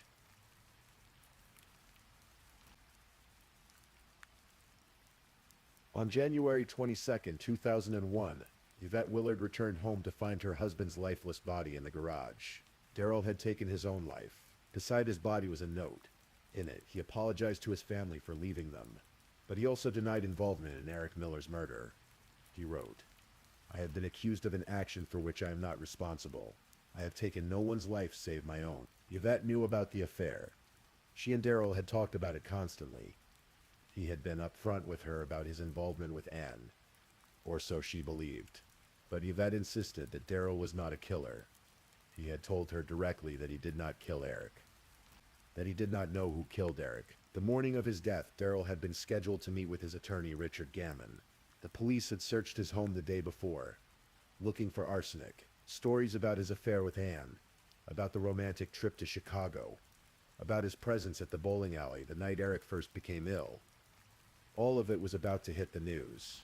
His reputation, which he had worked a lifetime to build, was going to be destroyed. For whatever reason, guilt, shame, fear, or a combination of all three, Darrell Willard chose to end his life rather than face what was coming. His death devastated his wife and left investigators in a terrible position. If Darrell had information about Anne's involvement in the murder, that information died with him, or did. Before Darrell killed himself, he had called his attorney, Richard Gammon, and according to attorney-client privilege, whatever Darrell told Gammon in that conversation was protected. Gammon could not reveal what his client had said without violating one of the most sacred principles of the legal profession. But Lieutenant Morgan believed that conversation held the key to everything. He believed Darrell had confessed to Gammon, had told him exactly what Anne had done, and Morgan was determined to find a way to access that information, even if it meant going all the way to the state's highest court. Eric's body had been cremated at Anne's insistence, despite his parents' wishes to bury him in Indiana. In retrospect, that decision seemed calculated. Cremation destroys evidence. It makes further forensic analysis impossible. Anne hired two of North Carolina's top criminal defense attorneys and refused to speak with police or with Eric's family. The case went cold. Months passed, then years. The investigation into Eric Miller's death became something of a waiting game. Without Darrell Willard's testimony, without a confession from Anne, Lieutenant Morgan was stuck. He had phone records showing an affair. He had evidence of arsenic in Eric's system. He had a timeline that showed Eric had been poisoned over a period of months. But he didn't have the one thing he needed most: proof that Anne Miller had administered the poison. The North Carolina legal system became embroiled in a precedent-setting debate over attorney-client privilege. Could a dead man's attorney be forced to reveal what that man had told him in confidence? Under what circumstances, if any, did the public's interest in solving a murder outweigh an individual's right to confidential legal counsel? Yvette Willard, Darrell's widow, took an unusual position. She wanted attorney Richard Gammon to reveal what her husband had told him. She believed it was the only way Darrell could speak up on his own behalf. The only way to clear his name if he was innocent, or to reveal the truth if he wasn't. The case wound its way through the courts. Lower courts heard arguments. Appeals were filed. Legal scholars debated the implications. If attorney-client privilege could be breached in this case, what did that mean for the entire legal system? Meanwhile, Anne Miller moved on with her life in a way that seemed shocking to those who had known Eric. In November of 2003, just 3 years after Eric's death, Anne married Paul Martin Kantz, a Christian rock guitarist she had met in Wilmington, where she had moved with her daughter Claire.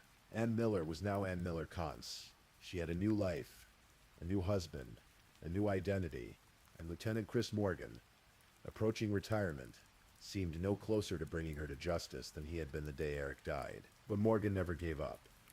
The case, he said, had gotten under his skin. It caused him sleepless nights.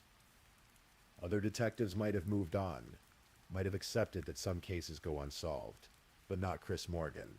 He was obsessed with getting justice for Eric Miller. And then in the spring of 2004, the North Carolina Supreme Court made a landmark ruling. In a decision that stunned legal experts across the state, the court ruled that attorney Richard Gammon must reveal what Darrell Willard had told him about Anne Miller's role in Eric Miller's murder. The court found that the need for justice in a murder case outweighed the usual protections of attorney-client privilege, especially when the client was deceased and could not assert the privilege himself. Gammon, who had fought against revealing the information, was now compelled by the highest court in the state to disclose what he knew, and what he revealed changed everything.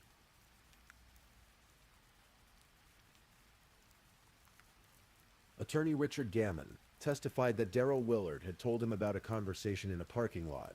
Anne Miller had been crying. She was distraught, and she had admitted something terrible to Darrell. According to Gammon, Darrell said that Anne confessed to going to the hospital while Eric was admitted during a second illness.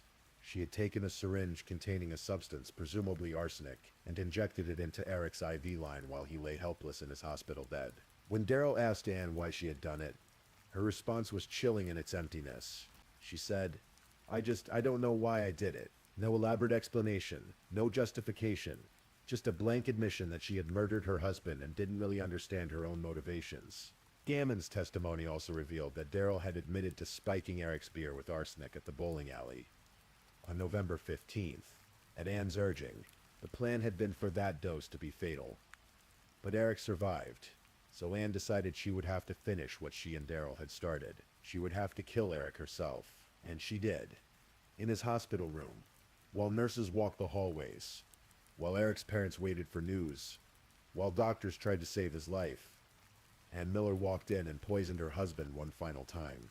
With this information, prosecutors finally had what they needed. In September of 2004, nearly 4 years after Eric Miller's death, Ann Miller Kantz was charged with first-degree murder. Ann Miller Kantz's trial was scheduled for early 2005, but as the prosecution prepared its case, as the evidence mounted, as the walls closed in, Ann's defense attorneys began negotiations for a plea deal.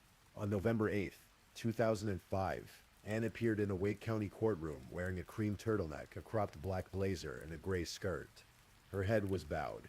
Tears streamed down her face through her attorney Joseph Cheshire. Ann Miller Kantz pleaded guilty to second-degree murder and conspiracy to commit first-degree murder. She acknowledged that she had conspired with Daryl Willard and that she had poisoned Eric at least twice before his death in December of 2000. Her attorney read a statement on her behalf, saying she felt a deep sense of remorse and regret for Eric Miller's death. Under the plea deal, Ann was sentenced to 2 consecutive terms totaling 25 to 31.5 years in prison. It was the maximum sentence allowed for someone with no prior criminal convictions. She would be at least 60 years old before she would be eligible for release. But Ann never spoke on her own behalf. She never looked at Eric's family members as they gave their victim impact statements. She kept her head down and cried quietly. Eric's family was finally able to address her directly, to say the things they had been holding inside for 5 long years. One of Eric's sisters asked, "Ann, why don't you look at me? Why can't you look at me?" Eric's mother, Doris, her voice breaking, said, "I have a hole in my heart and a pain in my chest every day. And with every breath I take, you have taken my son from me. I'll never hold him again. He'll never sit at my table. I will never see him smile." Another sister, Leanne Nagy, spoke about Claire, who was now 5 years old and living with one of Ann's sisters. Leanne said, "I don't believe that you, Ann, truly love your daughter. How could you? You have taken away one of the most precious gifts that she will ever have. Her father, I will never understand, Ann, why you just didn't divorce him. You will get your just punishment and death, with eternity in hell." When the victim impact statements were finished, Ann Miller Kantz turned around and flashed a smile at her second husband, Paul Kantz, who was sitting in the courtroom. That smile would haunt everyone who saw it, in a moment when she should have been devastated by the weight of her crimes, by the pain she had inflicted on an innocent man and his family. Ann Miller Kantz smiled.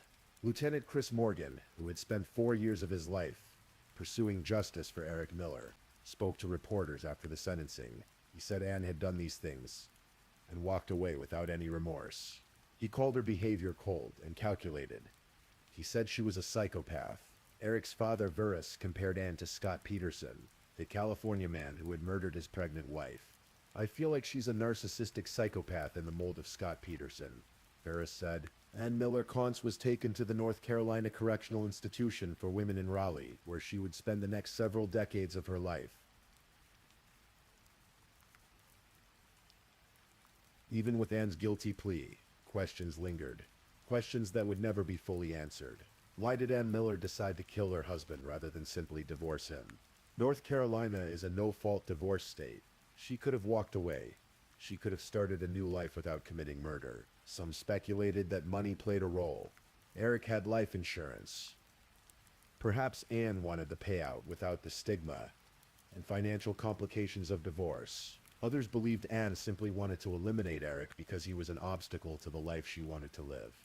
A life of affairs, of freedom, of doing whatever she pleased without the moral constraints that Eric represented. Lieutenant Morgan, who had looked into Ann's eyes that day at her house, believed she was fundamentally broken, a person without a conscience, someone capable of extraordinary cruelty without experiencing normal human emotions like guilt or empathy. But Ann herself, Even in her guilty plea, offered no clear explanation. "I don't know why I did it," she had told Daryl Willard. It was the closest thing to an answer anyone would ever get. The case also raised questions about Daryl Willard's level of involvement and culpability. He had spiked Eric's beer with arsenic. He had engaged in an affair with a married woman. He had been manipulated by Anne, according to his own admission.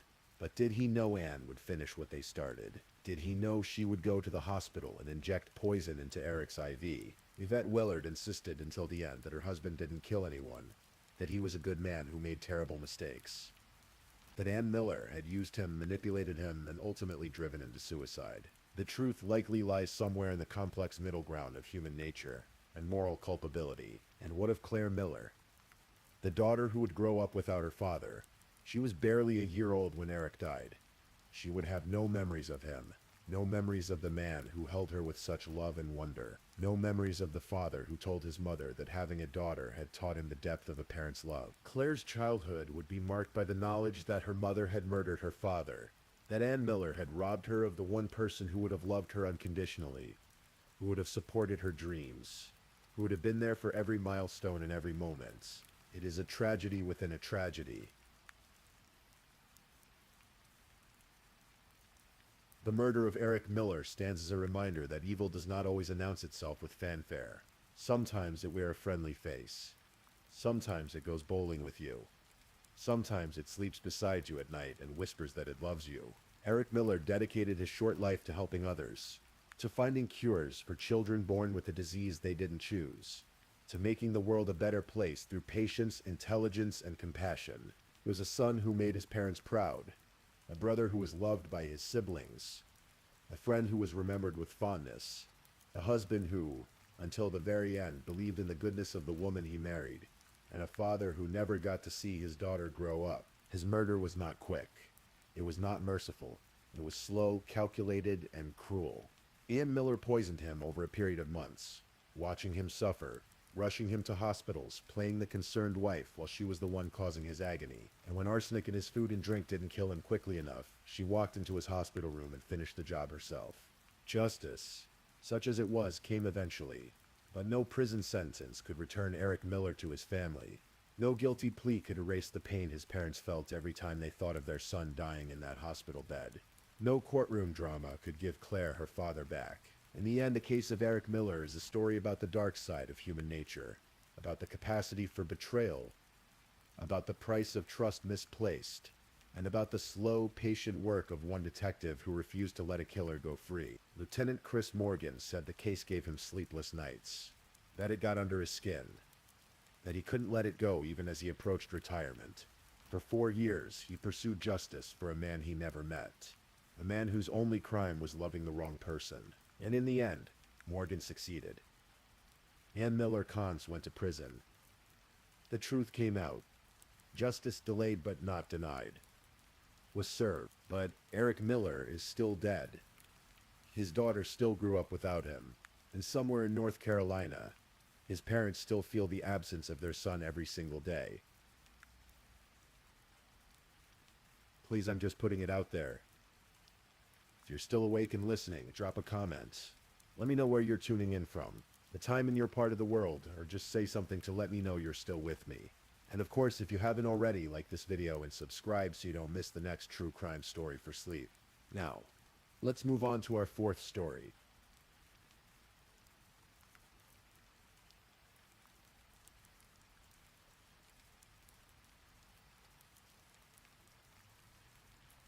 Story 4.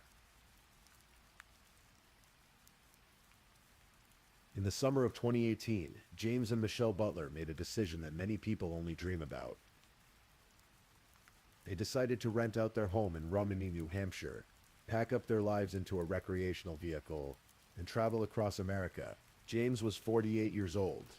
He had spent 21 years serving in the United States Navy as an air traffic controller aboard the USS Enterprise, one of the most famous aircraft carriers in American history. He had raised 2 children in Virginia, where the massive naval base at Norfolk had been his home port for years. After retiring from the Navy in 2010, James had returned to New Hampshire to spend time with his aging mother. It was during those years at a local darts tournament that he met Michelle. Michelle was 46, warm and adventurous, with a spirit that matched James's own. They married in May of 2015, and by all accounts, they were inseparable. After James's mother passed away, the couple worked various jobs. James built homes and managed a local Walmart, but something was calling to them, something bigger than the routine of everyday life. So they made their choice. They would become full-time travelers. They rented out their Rumney home and purchased a recreational vehicle. At first, they took seasonal jobs at oil rigs in the Southwest, working in Arizona and other remote locations. The work was hard, but it funded their adventures. Between jobs, they explored the country, sharing their journey on Facebook with family and friends back home. Photos of desert sunsets, mountain vistas, open roads stretching to the horizon. Their loved ones followed along with joy and perhaps a touch of envy. James's sister, Deborah Van Loon, later recalled how the couple would drive up to an hour just to find cell phone service so they could video call with Michelle's young granddaughter. They spoke to family every few days, keeping everyone updated on their travels. Someone in their extended family was in touch with them nearly every single day. This wasn't reckless wandering. This was a carefully maintained connection to the people who loved them, even as they explored the edges of the American landscape. By the autumn of 2019, James and Michelle had finished their most recent work assignment and were heading east. Their next destination was Fort Lauderdale, Florida, where they had secured jobs selling Christmas trees for the holiday season. It was mid-October, and they were making their way along the Gulf Coast of Texas. On October 15th, 2019, Michelle posted on Facebook that they had arrived at Padre Island near Corpus Christi, Texas. It was a beautiful stretch of beach, miles of sand and seagrass, with the Gulf of Mexico stretching out in endless blue-green waters. They parked their truck and travel trailer in an area known locally as the Bowl, a popular camping spot for travelers and beach lovers. The air was warm. The sound of the waves was constant and soothing. The next day, October 16th, Michelle sent a text message to a friend. It was 1:13 in the afternoon Eastern Time. That was the last anyone would hear from them.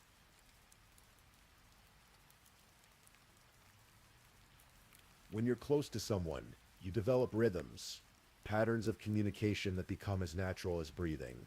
For the Butler family, those patterns were sacred. Regular phone calls, video chats with grandchildren, updates about where they were and where they were going next. So when the calls stopped, the family noticed immediately. Days passed. October 17th, October 18th, October 19th. No word from James or Michelle. Their phones went to voicemail. Their social media went silent. For a couple who had been so diligent about staying in touch, this silence was deafening. On October 23rd, after missing a scheduled call, the family filed a missing persons report with authorities in Texas. The Clearburg County Sheriff's Office began their investigation. They knew James and Michelle had last been seen on Padre Island. Their truck, a 2018 silver Chevrolet 2500 pickup, and their white Cedar Creek travel trailer were also missing. Deputies began searching the area, checking with local businesses, reviewing surveillance footage. What they found was troubling. On October 21st, surveillance cameras at the United States-Mexico border had captured an image of the Butler's truck and trailer crossing into Mexico. But the man driving wasn't James Butler. The figure at the wheel was someone else entirely. The investigation intensified. On October 27th, 4 days after the missing persons report was filed, a Clearburg County deputy was patrolling an area of beach near mile marker 263, south of Bob Hall Pier. The area is remote, covered in sand dunes and seagrass. Wildlife is common there: birds, coyotes, the occasional bobcat. The deputy was investigating a cell phone ping in the area, trying to get GPS coordinates, when he noticed something disturbing in the sand. Something that didn't belong. It appeared that animals had been digging in a particular spot, and they had uncovered something terrible. The deputy secured the scene. As darkness fell, he called for backup and equipment. Lights were set up. The area was cordoned off. They would wait until morning to proceed carefully. The next day, October 28th, investigators began excavating the site. They found Michelle Butler's body first, buried in a shallow grave in the sand. Her remains were badly decomposed from the heat and the wildlife activity. Beneath her body, they found James. The couple had been shot to death and buried together on the beach where they had camped. The Clearburg County Sheriff's Office now had a double homicide on their hands. Lieutenant David Mendoza led the investigative team. The entire department's resources were committed to finding whoever had done this. Investigators worked meticulously. They processed the crime scene. They collected evidence. They reviewed surveillance footage from businesses and border crossings. They interviewed anyone who might have seen the Butlers or their vehicle in the days before they disappeared. And slowly a picture began to emerge. On October 13th, 6 days before the Butlers sent their last text message, a Texas park ranger had conducted a routine traffic stop on Padre Island. The vehicle was a gray Chevrolet pickup truck with Utah license plates.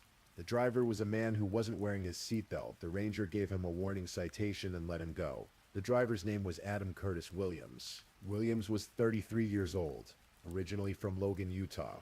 He had an extensive criminal history. In 2010, he had been arrested after a 3-month drug investigation that turned up 2 pounds of marijuana, over $3,200 in cash, 4 stolen firearms, more than 1,000 hydrocodone pills, and drug paraphernalia. He had served over 8 years in federal prison for weapons and drug distribution charges. He had been released in December of 2018, less than a year before the Butlers disappeared. But his troubles hadn't ended with his release. In April of 2019, Williams had been charged with multiple felonies in Utah, including sexual assault and aggravated assault. He was out on bond, awaiting trial. In June, he had been arrested for domestic violence. In July, he had been convicted of driving under the influence. Adam Williams was a man who should not have been free. On November 1st, the bodies found on Padre Island were positively identified as James and Michelle Butler. On November 4th, the park ranger who had stopped Williams on October 13th saw the surveillance photo of the man driving the Butler's truck across the border into Mexico. He recognized him immediately. It was the same man he had pulled over, Adam Curtis Williams. Investigators also learned that Williams had been traveling with a woman named Amanda Nover. She was 32 years old, also from the Logan, Utah area. She had her own criminal history, though less serious than Williams's. Misdemeanor assault, public intoxication, disorderly conduct. She had a 3-year-old daughter who was with them. On November 5th, authorities released Williams's name and photo to the public, asking for tips about his whereabouts. The next day, November 6th, they got the break they needed. Williams and Nover had fled deep into Mexico. They had driven hundreds of miles south, all the way to the state of Jalisco, over 700 miles from the Texas border. They were attempting to sell the Butler's travel trailer to an RV park owner in the area, but the owner recognized Williams from the news coverage. He had seen the wanted posters. He had seen the surveillance photos. He called the authorities. U.S. Marshals stationed in Guadalajara moved quickly. They worked with Mexican law enforcement to locate and apprehend both Williams and Nover. The arrest was made without incident.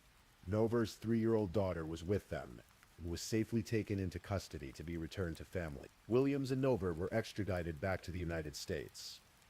Williams was taken to Houston, then driven to the Claiborne County Jail in Kingsville, Texas. Nover followed shortly after. On November 8th, both appeared separately in court. They were each charged with felony theft of the Butler's vehicle. Bond for each was set at $1 million. The murder charges would come later. Justice is not always swift. In fact, it rarely is. For more than a year, the Butler family waited while evidence was processed. Texas crime labs, already dealing with enormous backlogs, were further slowed by the COVID-19 pandemic. Staff were reduced. Testing procedures took longer. DNA analysis, ballistics reports, forensic evidence, all of it moved through the system at a pace that must have felt agonizing to those waiting for answers. District Attorney John T. Hubert told reporters in the summer of 2020 that the process simply wasn't as fast as anyone wanted it to be. But the investigation continued, slowly, methodically. On November 5th, 2020, more than a year after the Butlers died, Adam Williams and Amanda Nover were indicted by a grand jury on charges of capital murder. The indictment stated that they had knowingly caused the death of James and Michelle Butler by shooting them with a firearm. Prosecutors made it clear they would seek the death penalty for Williams. Amanda Nover faced the same capital murder charges, though prosecutors indicated they might be willing to negotiate a plea deal in her case. The legal proceedings moved forward, slowly. Court dates were set and postponed. The pandemic continued to delay trials across Texas. Williams and Nova remained in custody, each held on million-dollar bonds. In June of 2021, prosecutors formally announced they would pursue the death penalty against Williams if he was convicted. But Williams and his attorneys were working on an alternative. On November 10th, 2021, Adam Curtis Williams appeared in court and entered a guilty plea. He pleaded guilty to capital murder. He pleaded guilty to tampering with evidence related to burying the bodies.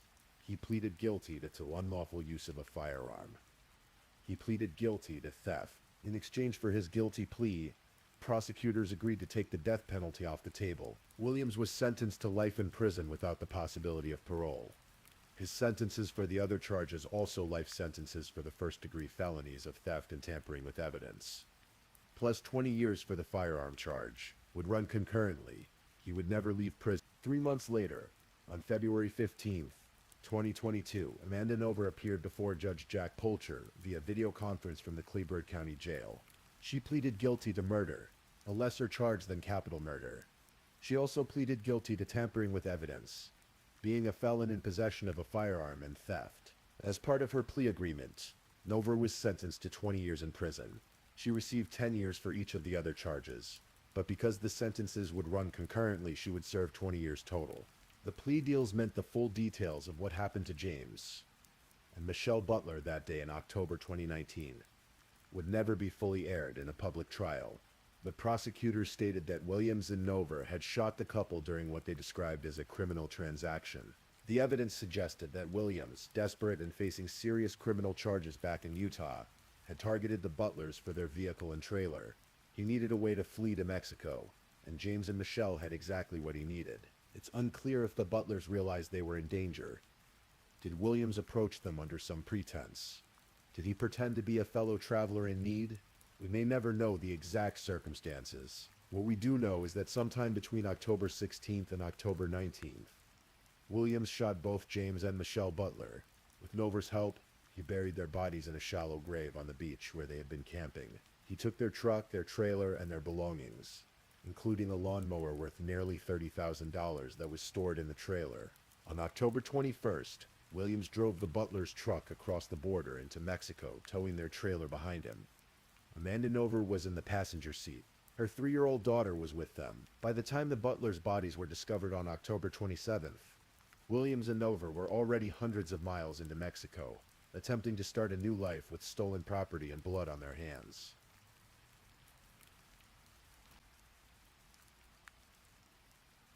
In Romney, New Hampshire, the small town where James and Michelle had lived before beginning their journey, the community gathered to mourn.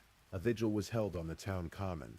Strangers and friends alike came together to remember a couple who had been known for their kindness and generosity. George Bonfilio, who owned the Rumney Village store, remembered how James had come over with his tool belt to help renovate the building when Bonfilio first purchased it. Michelle had been one of the store's first employees. They had worked side by side, always together, always willing to help. They were just great, outgoing people, Bonfilio said. Down in Texas, on Padre Island, another vigil was held near where the Butlers' bodies had been found. Local residents, people who had never met James and Michelle, erected 2 crosses in their memory. They came out to the beach to pay their respects to 2 travelers who had come to enjoy the beauty of the Texas coast and had their lives stolen from them. The Butler family established a GoFundMe campaign to help bring James and Michelle's remains home to New Hampshire and to cover the costs of memorial services. The response was overwhelming. People from across the country contributed, moved by the tragedy and wanting to help in some small way. James's sister, Deborah Van Loon, spoke to reporters multiple times during the investigation and trial. Her grief was evident, but so was her determination to see justice done. I hope to find out what they did, why they did what they did, she said. And if it was them, I want them to pay for what they did. When Williams and Nova were finally captured and charged, Van Loon expressed relief. When they were sentenced, she could finally feel that some measure of justice had been achieved, even though it could never bring her brother and sister-in-law back. The ashes of James and Michelle Butler were returned to New Hampshire in December of 2019. A celebration of life was held in January of 2020, giving family and friends a chance to gather, remember, and begin the long process of healing. The murder of James and Michelle Butler is a story that resonates because it touches on something many of us dream about: freedom, adventure, the open road. The idea of selling everything, packing up and seeing the country, living simply, experiencing life, rather than just passing through it. James and Michelle were living that dream. They weren't wealthy. They worked seasonal jobs to fund their travels. They stayed in touch with their family. They were responsible, careful, loving people who happened to want something more than a conventional life. And they encountered someone who saw them not as people, but as an opportunity. Adam Williams was a career criminal who had been given chance after chance by the justice system. Despite multiple felony convictions, despite charges of sexual assault and domestic violence, despite being on probation and facing new charges, he was free. He was able to travel to Texas. He was able to commit murder. The question that haunts many people who followed this case is simply how. How was someone with Williams's history allowed to be free? How did a park ranger stop him just days before the murder, but find no reason to detain him? How many opportunities were there to prevent this tragedy? Amanda Novara's role remains somewhat ambiguous. Was she an equal participant in the murder, or was she trapped in a relationship with a violent man, and too afraid to refuse his demands? The court records don't give us those answers. What we know is that she was there. She helped bury the bodies. She helped steal the Butler's belongings. She crossed the border with Williams, attempting to escape to a new life in Mexico. Her 20-year sentence reflects a judgment that she bears responsibility, even if not to the same degree as Williams. The RV community was shaken by this case. Millions of Americans live and travel in recreational vehicles, and the sense of community among RVers is strong. People look out for each other. They share camping spots and travel tips. They help strangers with mechanical problems and offer advice about the best routes and destinations. James and Michelle Butler were part of that community. Their deaths served as a stark reminder that evil can find you anywhere, even in the most beautiful and peaceful settings. Tonight, as you drift towards sleep, think about James and Michelle Butler not as victims, but as two people who chose to live fully. They loved each other. They loved their family. They shared their adventures with joy and enthusiasm. Their lives were cut short by violence and greed, but their story is also one of love, courage, and the pursuit of dreams. James spent 21 years serving his country aboard an aircraft carrier. He raised children, he built homes. He met a woman at a dart tournament and fell in love. He decided at 48 years old that there was still so much world to see. Michelle was a grandmother who video called her granddaughter every few days. No matter where she was, she posted photos of sunsets and beaches. She worked alongside her husband, whether it was at an oil rig or helping renovate a small-town store. She was warm, she was kind. They parked their trailer on a beautiful beach on the Gulf of Mexico in October of 2019. The waves rolled in. Seabirds called. The sun set over the water, and they never left. But their memory remains in the hearts of their family, in the vigils held by strangers who were moved by their story, in the two white crosses that stood on that Texas beach, marking the spot where two travelers ended their journey far too soon. Please, if you're still awake, let's move on to our last story.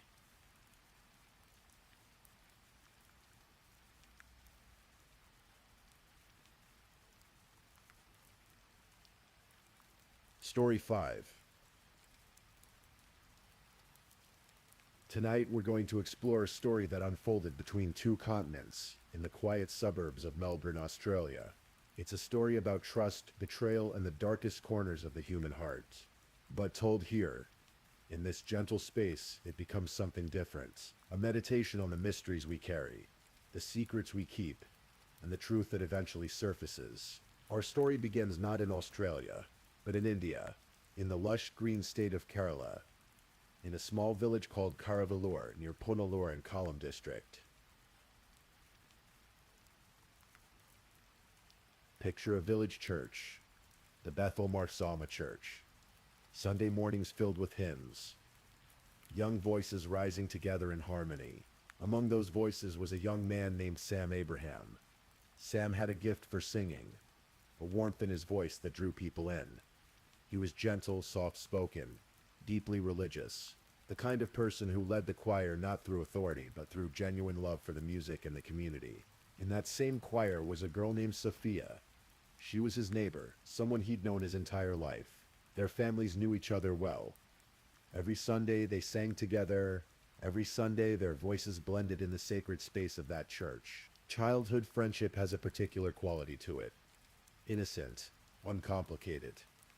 Sophia and Sam grew up side by side, and as often happens with childhood friends, somewhere along the way that friendship transformed into something more. Love bloomed quietly, naturally, the way it does when two people already know each other's rhythms and silences.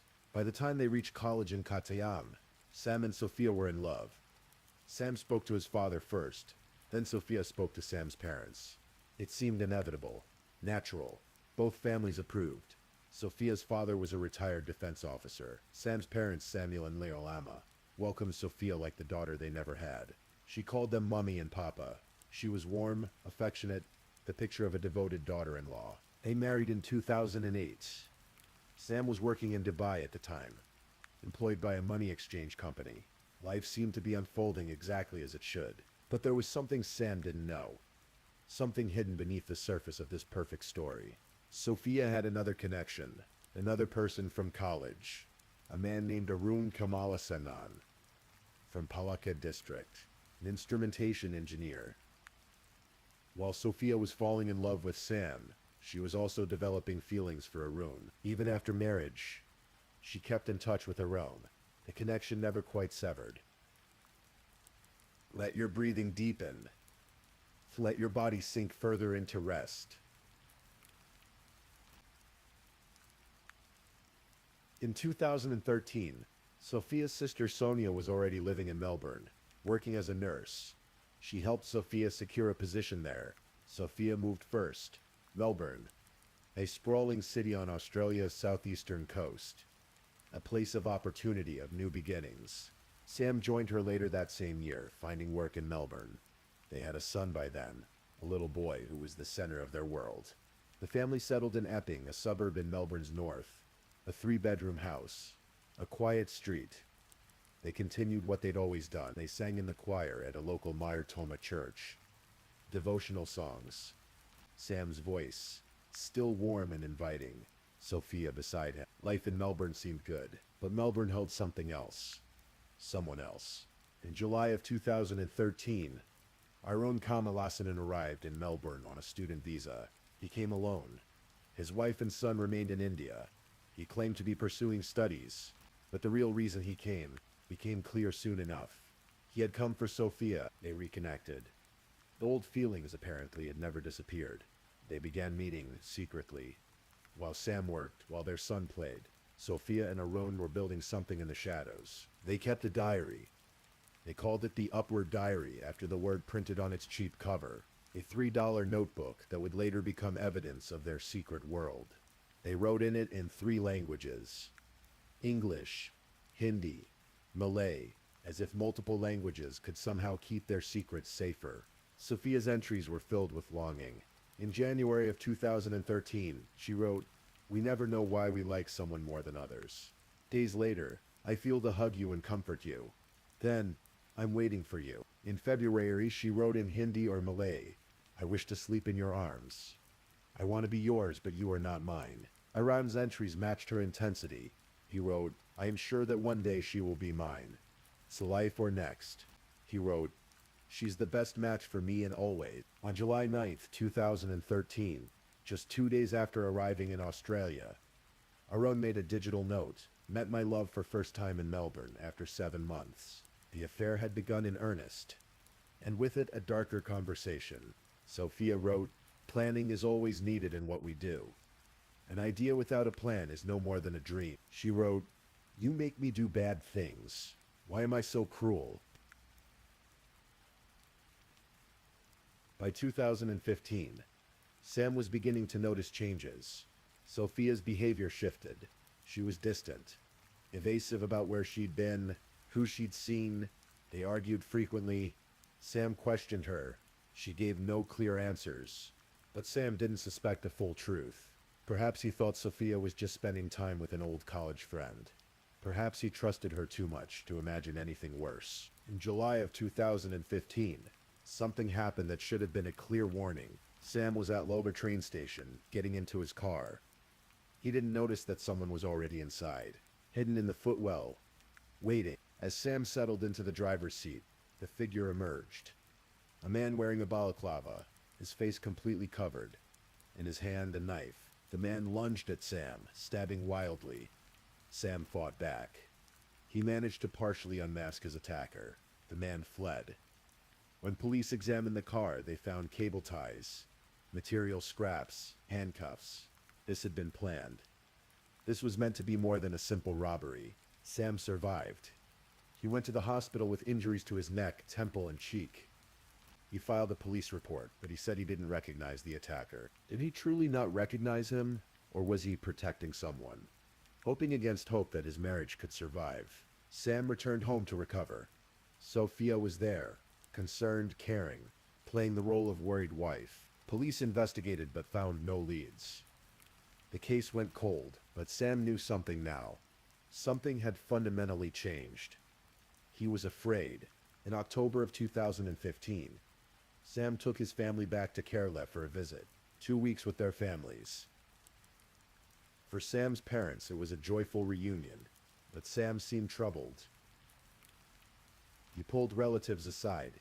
He said things that haunted them later. To his father, Sam said, "I want to be buried near my grandfather's grave." To his relatives, he said, "Next time I come back here, it will be in a coffin." His family laughed uncomfortably.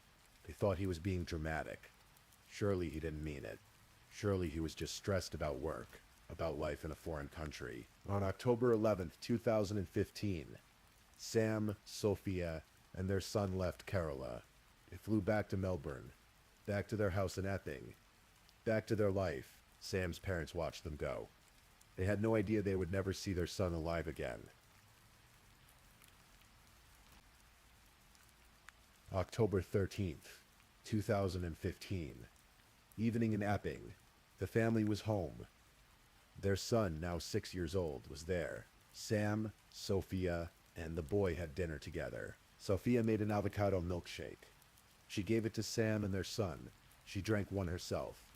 It tasted fine, normal, but Sophia's milkshake was different from theirs. Hers had no sedative. Theirs did. Clonazepam, a powerful medication that induces deep sleep. She had crushed it and mixed it into the drinks. After dinner, the family went to bed, all three of them together in the same bed. Sam in the middle, Sophia on one side, their son on the other. The sedative worked quickly. Sam fell into unconsciousness. His son, too. Sophia, of course, only pretended to sleep. Somewhere in the house, hidden, waiting, was Arun Kamalasanan. He had entered earlier, perhaps through a window in the garage. He had drawn detailed sketches of the house layout beforehand. He knew exactly where to hide, exactly when to emerge. Sophia had given him the signal. The family was asleep. Arun crept into the bedroom. He carried with him a glass of orange juice. But this was not ordinary juice. Dissolved in it was cyanide, a lethal dose. Sam lay unconscious, defenseless, his mouth slightly open as he breathed. His 6-year-old son slept beside him, innocent and unaware. Arun poured the poison juice into Sam's mouth, slowly, bit by bit. The human body has a swallowing reflex even in sleep. When liquid enters the throat, we swallow automatically. Arun knew this. He poured carefully, ensuring Sam's body swallowed the poison without choking, without gasping, without making a sound that might wake anyone. The cyanide entered Sam's system. Sophia lay beside her dying husband. Awake, aware, waiting. Cyanide is a horrific poison. It prevents cells from using oxygen. The victim essentially suffocates from the inside. It's agonizing. Sam's body began to convulse. Foam formed at his mouth. His temperature dropped. His jaw clenched tight in a rictus of pain. And through it all, Sophia waited. Their son continued to sleep, sedated and oblivious. When it was over, Arun slipped out of the house the same way he'd entered. He disappeared into the Melbourne night. Sophia waited a bit longer. Then at 9:14 in the morning, on October 14th, She placed a call to emergency services. "My husband," she said, her voice shaking. "He's passed out. He's foaming at the mouth."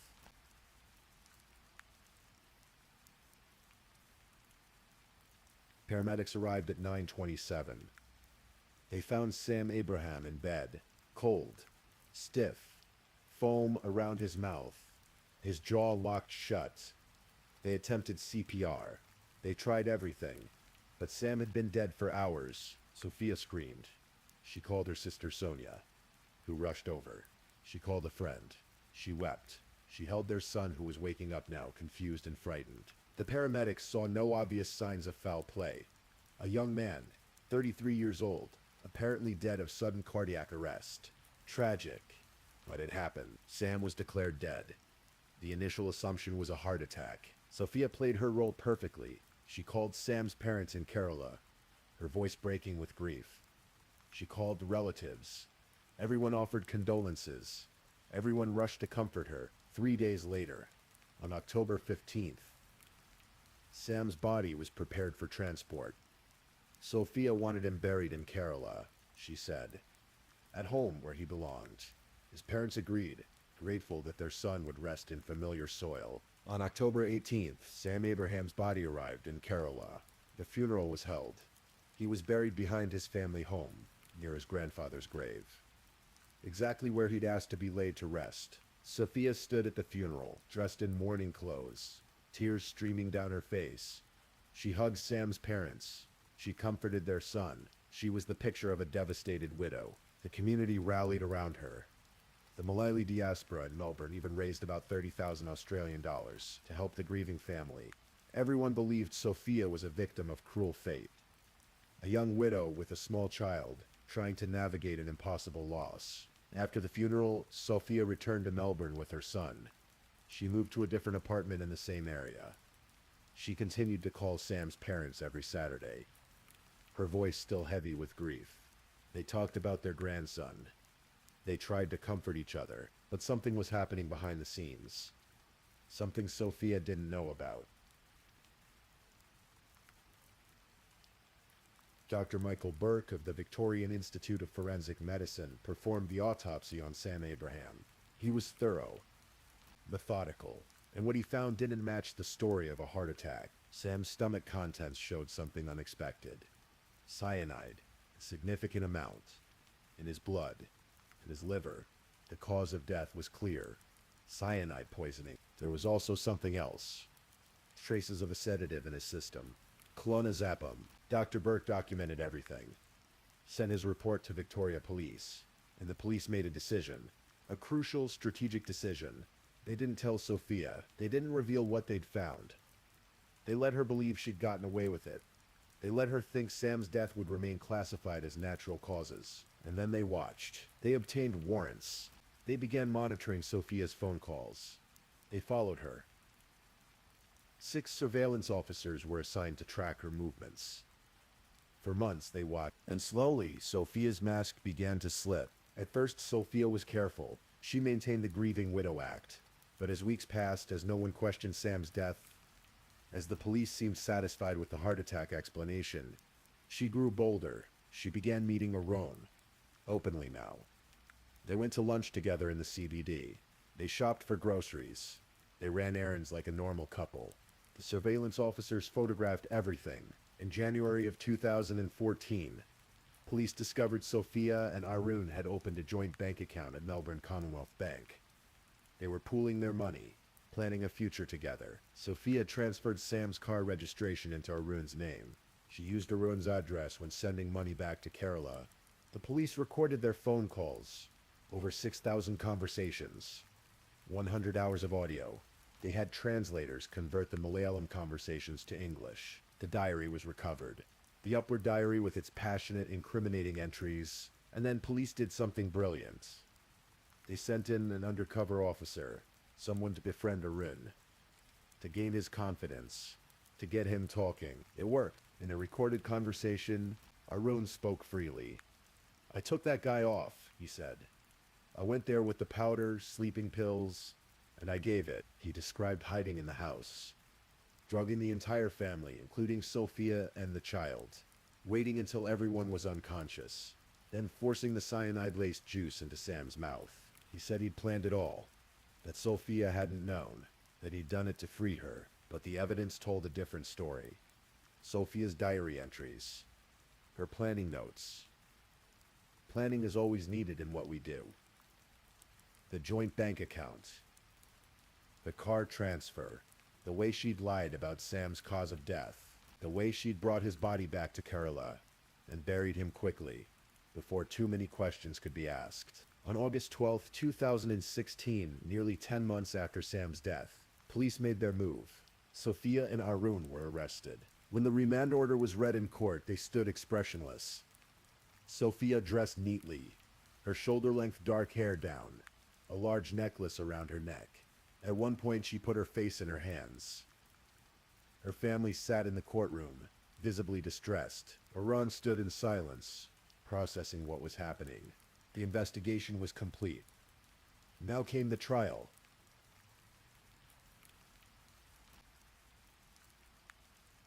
The trial began in January of 2018. A 14-member jury heard the case. The prosecution laid out the evidence methodically, the diary entries, the phone records, the surveillance footage, the joint bank account, the car transfer, the undercover recording, the autopsy results, the cyanide, the sedative, the sketch Arun had drawn of Sam's house, showing exactly where he'd hide, exactly where he'd wait, the previous attack at Lalore train station, 3 months before the murder, the balaclava, the knife, the cable ties and handcuffs found in Sam's car. Police now had evidence that Arun had been the attacker that day too. The first attempt had failed, so they tried again. Dr. Burke testified about the involuntary swallowing reflex, how liquid poured into a sleeping person's throat will cause them to swallow automatically, how this explained the cyanide in Sam's stomach. The defense attorneys tried. Sophia's lawyer argued it was impossible for her to let her husband die with their child sleeping right beside them. Arun's lawyer pointed out that his fingerprints weren't found at the crime scene, but the evidence was overwhelming. On March 21st, 2018, the jury returned their verdict. Guilty. Both of them. Murder. Sophia asked for leniency because of her young son. The prosecution responded coldly. She showed no thoughts for the child who woke up to find his father dead beside him. Arun's lawyer produced medical documents claiming mental illness. Arun's elderly parents, his wife, his child, all wrote letters pleading for mercy. The court was unmoved. On June 21st, 2018, Justice Paul Coughlin delivered the sentences in the Victorian Supreme Court. Sophia and Arun sat meters apart in the packed courtroom. They said nothing as Justice Coughlin spoke. To Arun, the judge said, "I am satisfied from the evidence that you are the architect and driving force of the murder of Sam Abraham. I am satisfied that your conduct was premeditated." He noted that Arun had attempted to fabricate mental illness over 3 years, as part of a plan to escape culpability if caught. He described the murder as probably excruciating for the victim. Arun Kamalasanan was sentenced to 27 years in prison, with a minimum of 23 years before parole eligibility. To Sophia, Justice Coughlin said, "You are the friend and wife of Sam Abraham, and your actions were a fundamental breach of trust and must be strongly denounced by the court." He admitted it was difficult to know conclusively what role she played, but concluded he could not have been murdered without your knowledge and acquiescence. He noted she showed no remorse. She wore black from head to toe during sentencing, her eyes downcast. Sophia Sam was sentenced to 22 years in prison, with a minimum of 18 years before parole eligibility. The following year, in August of 2019, Arun appealed his sentence.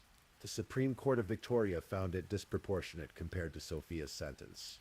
The court recognized Sophia as a full and willing participant who played an equal role. Arun's sentence was reduced to 24 years, with parole eligibility after 20 years. Their convictions, however, stood. The appeals against the guilty verdicts were denied. Arun won't be eligible for parole until at least 2041. Sam and Sophia's son was 7 years old when his mother was sentenced. He now lives with Sophia's sister Sonia and her husband in Melbourne. Sophia's parents are also in Melbourne, but Sam's parents, Samuel and Leah Lama, want custody of their grandson. They fear for his safety with Sophia's family. Samuel told reporters, It is not safe to keep him there with that family. How can you keep him with the family of the person who murdered his father? They worry about what will happen as the boy grows older, as he understands what his mother did. They've contacted the Indian External Affairs Ministry. They video chat with their grandson once a month.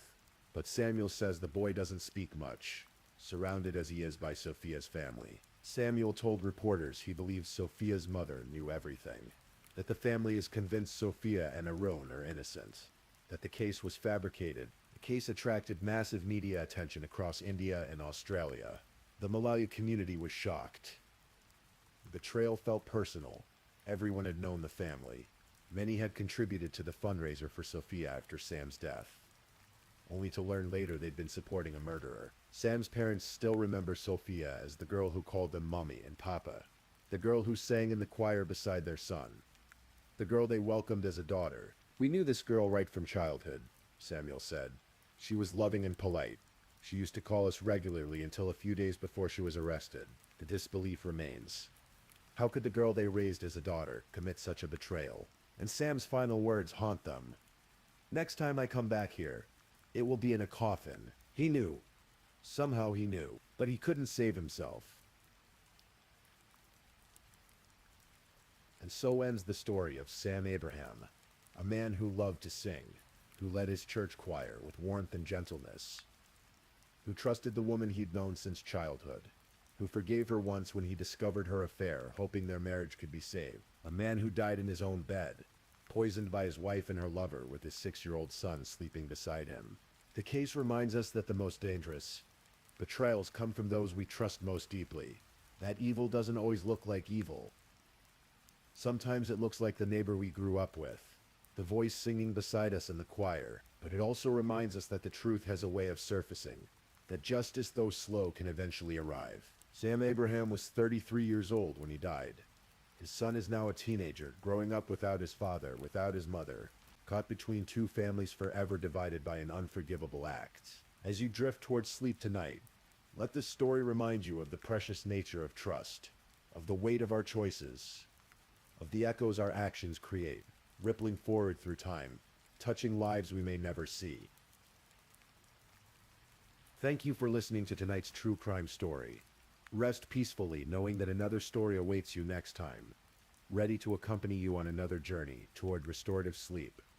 But if you're still awake, don't forget to like and subscribe so you don't miss our next true crime stories. And until next time, stay safe and take care. Good night.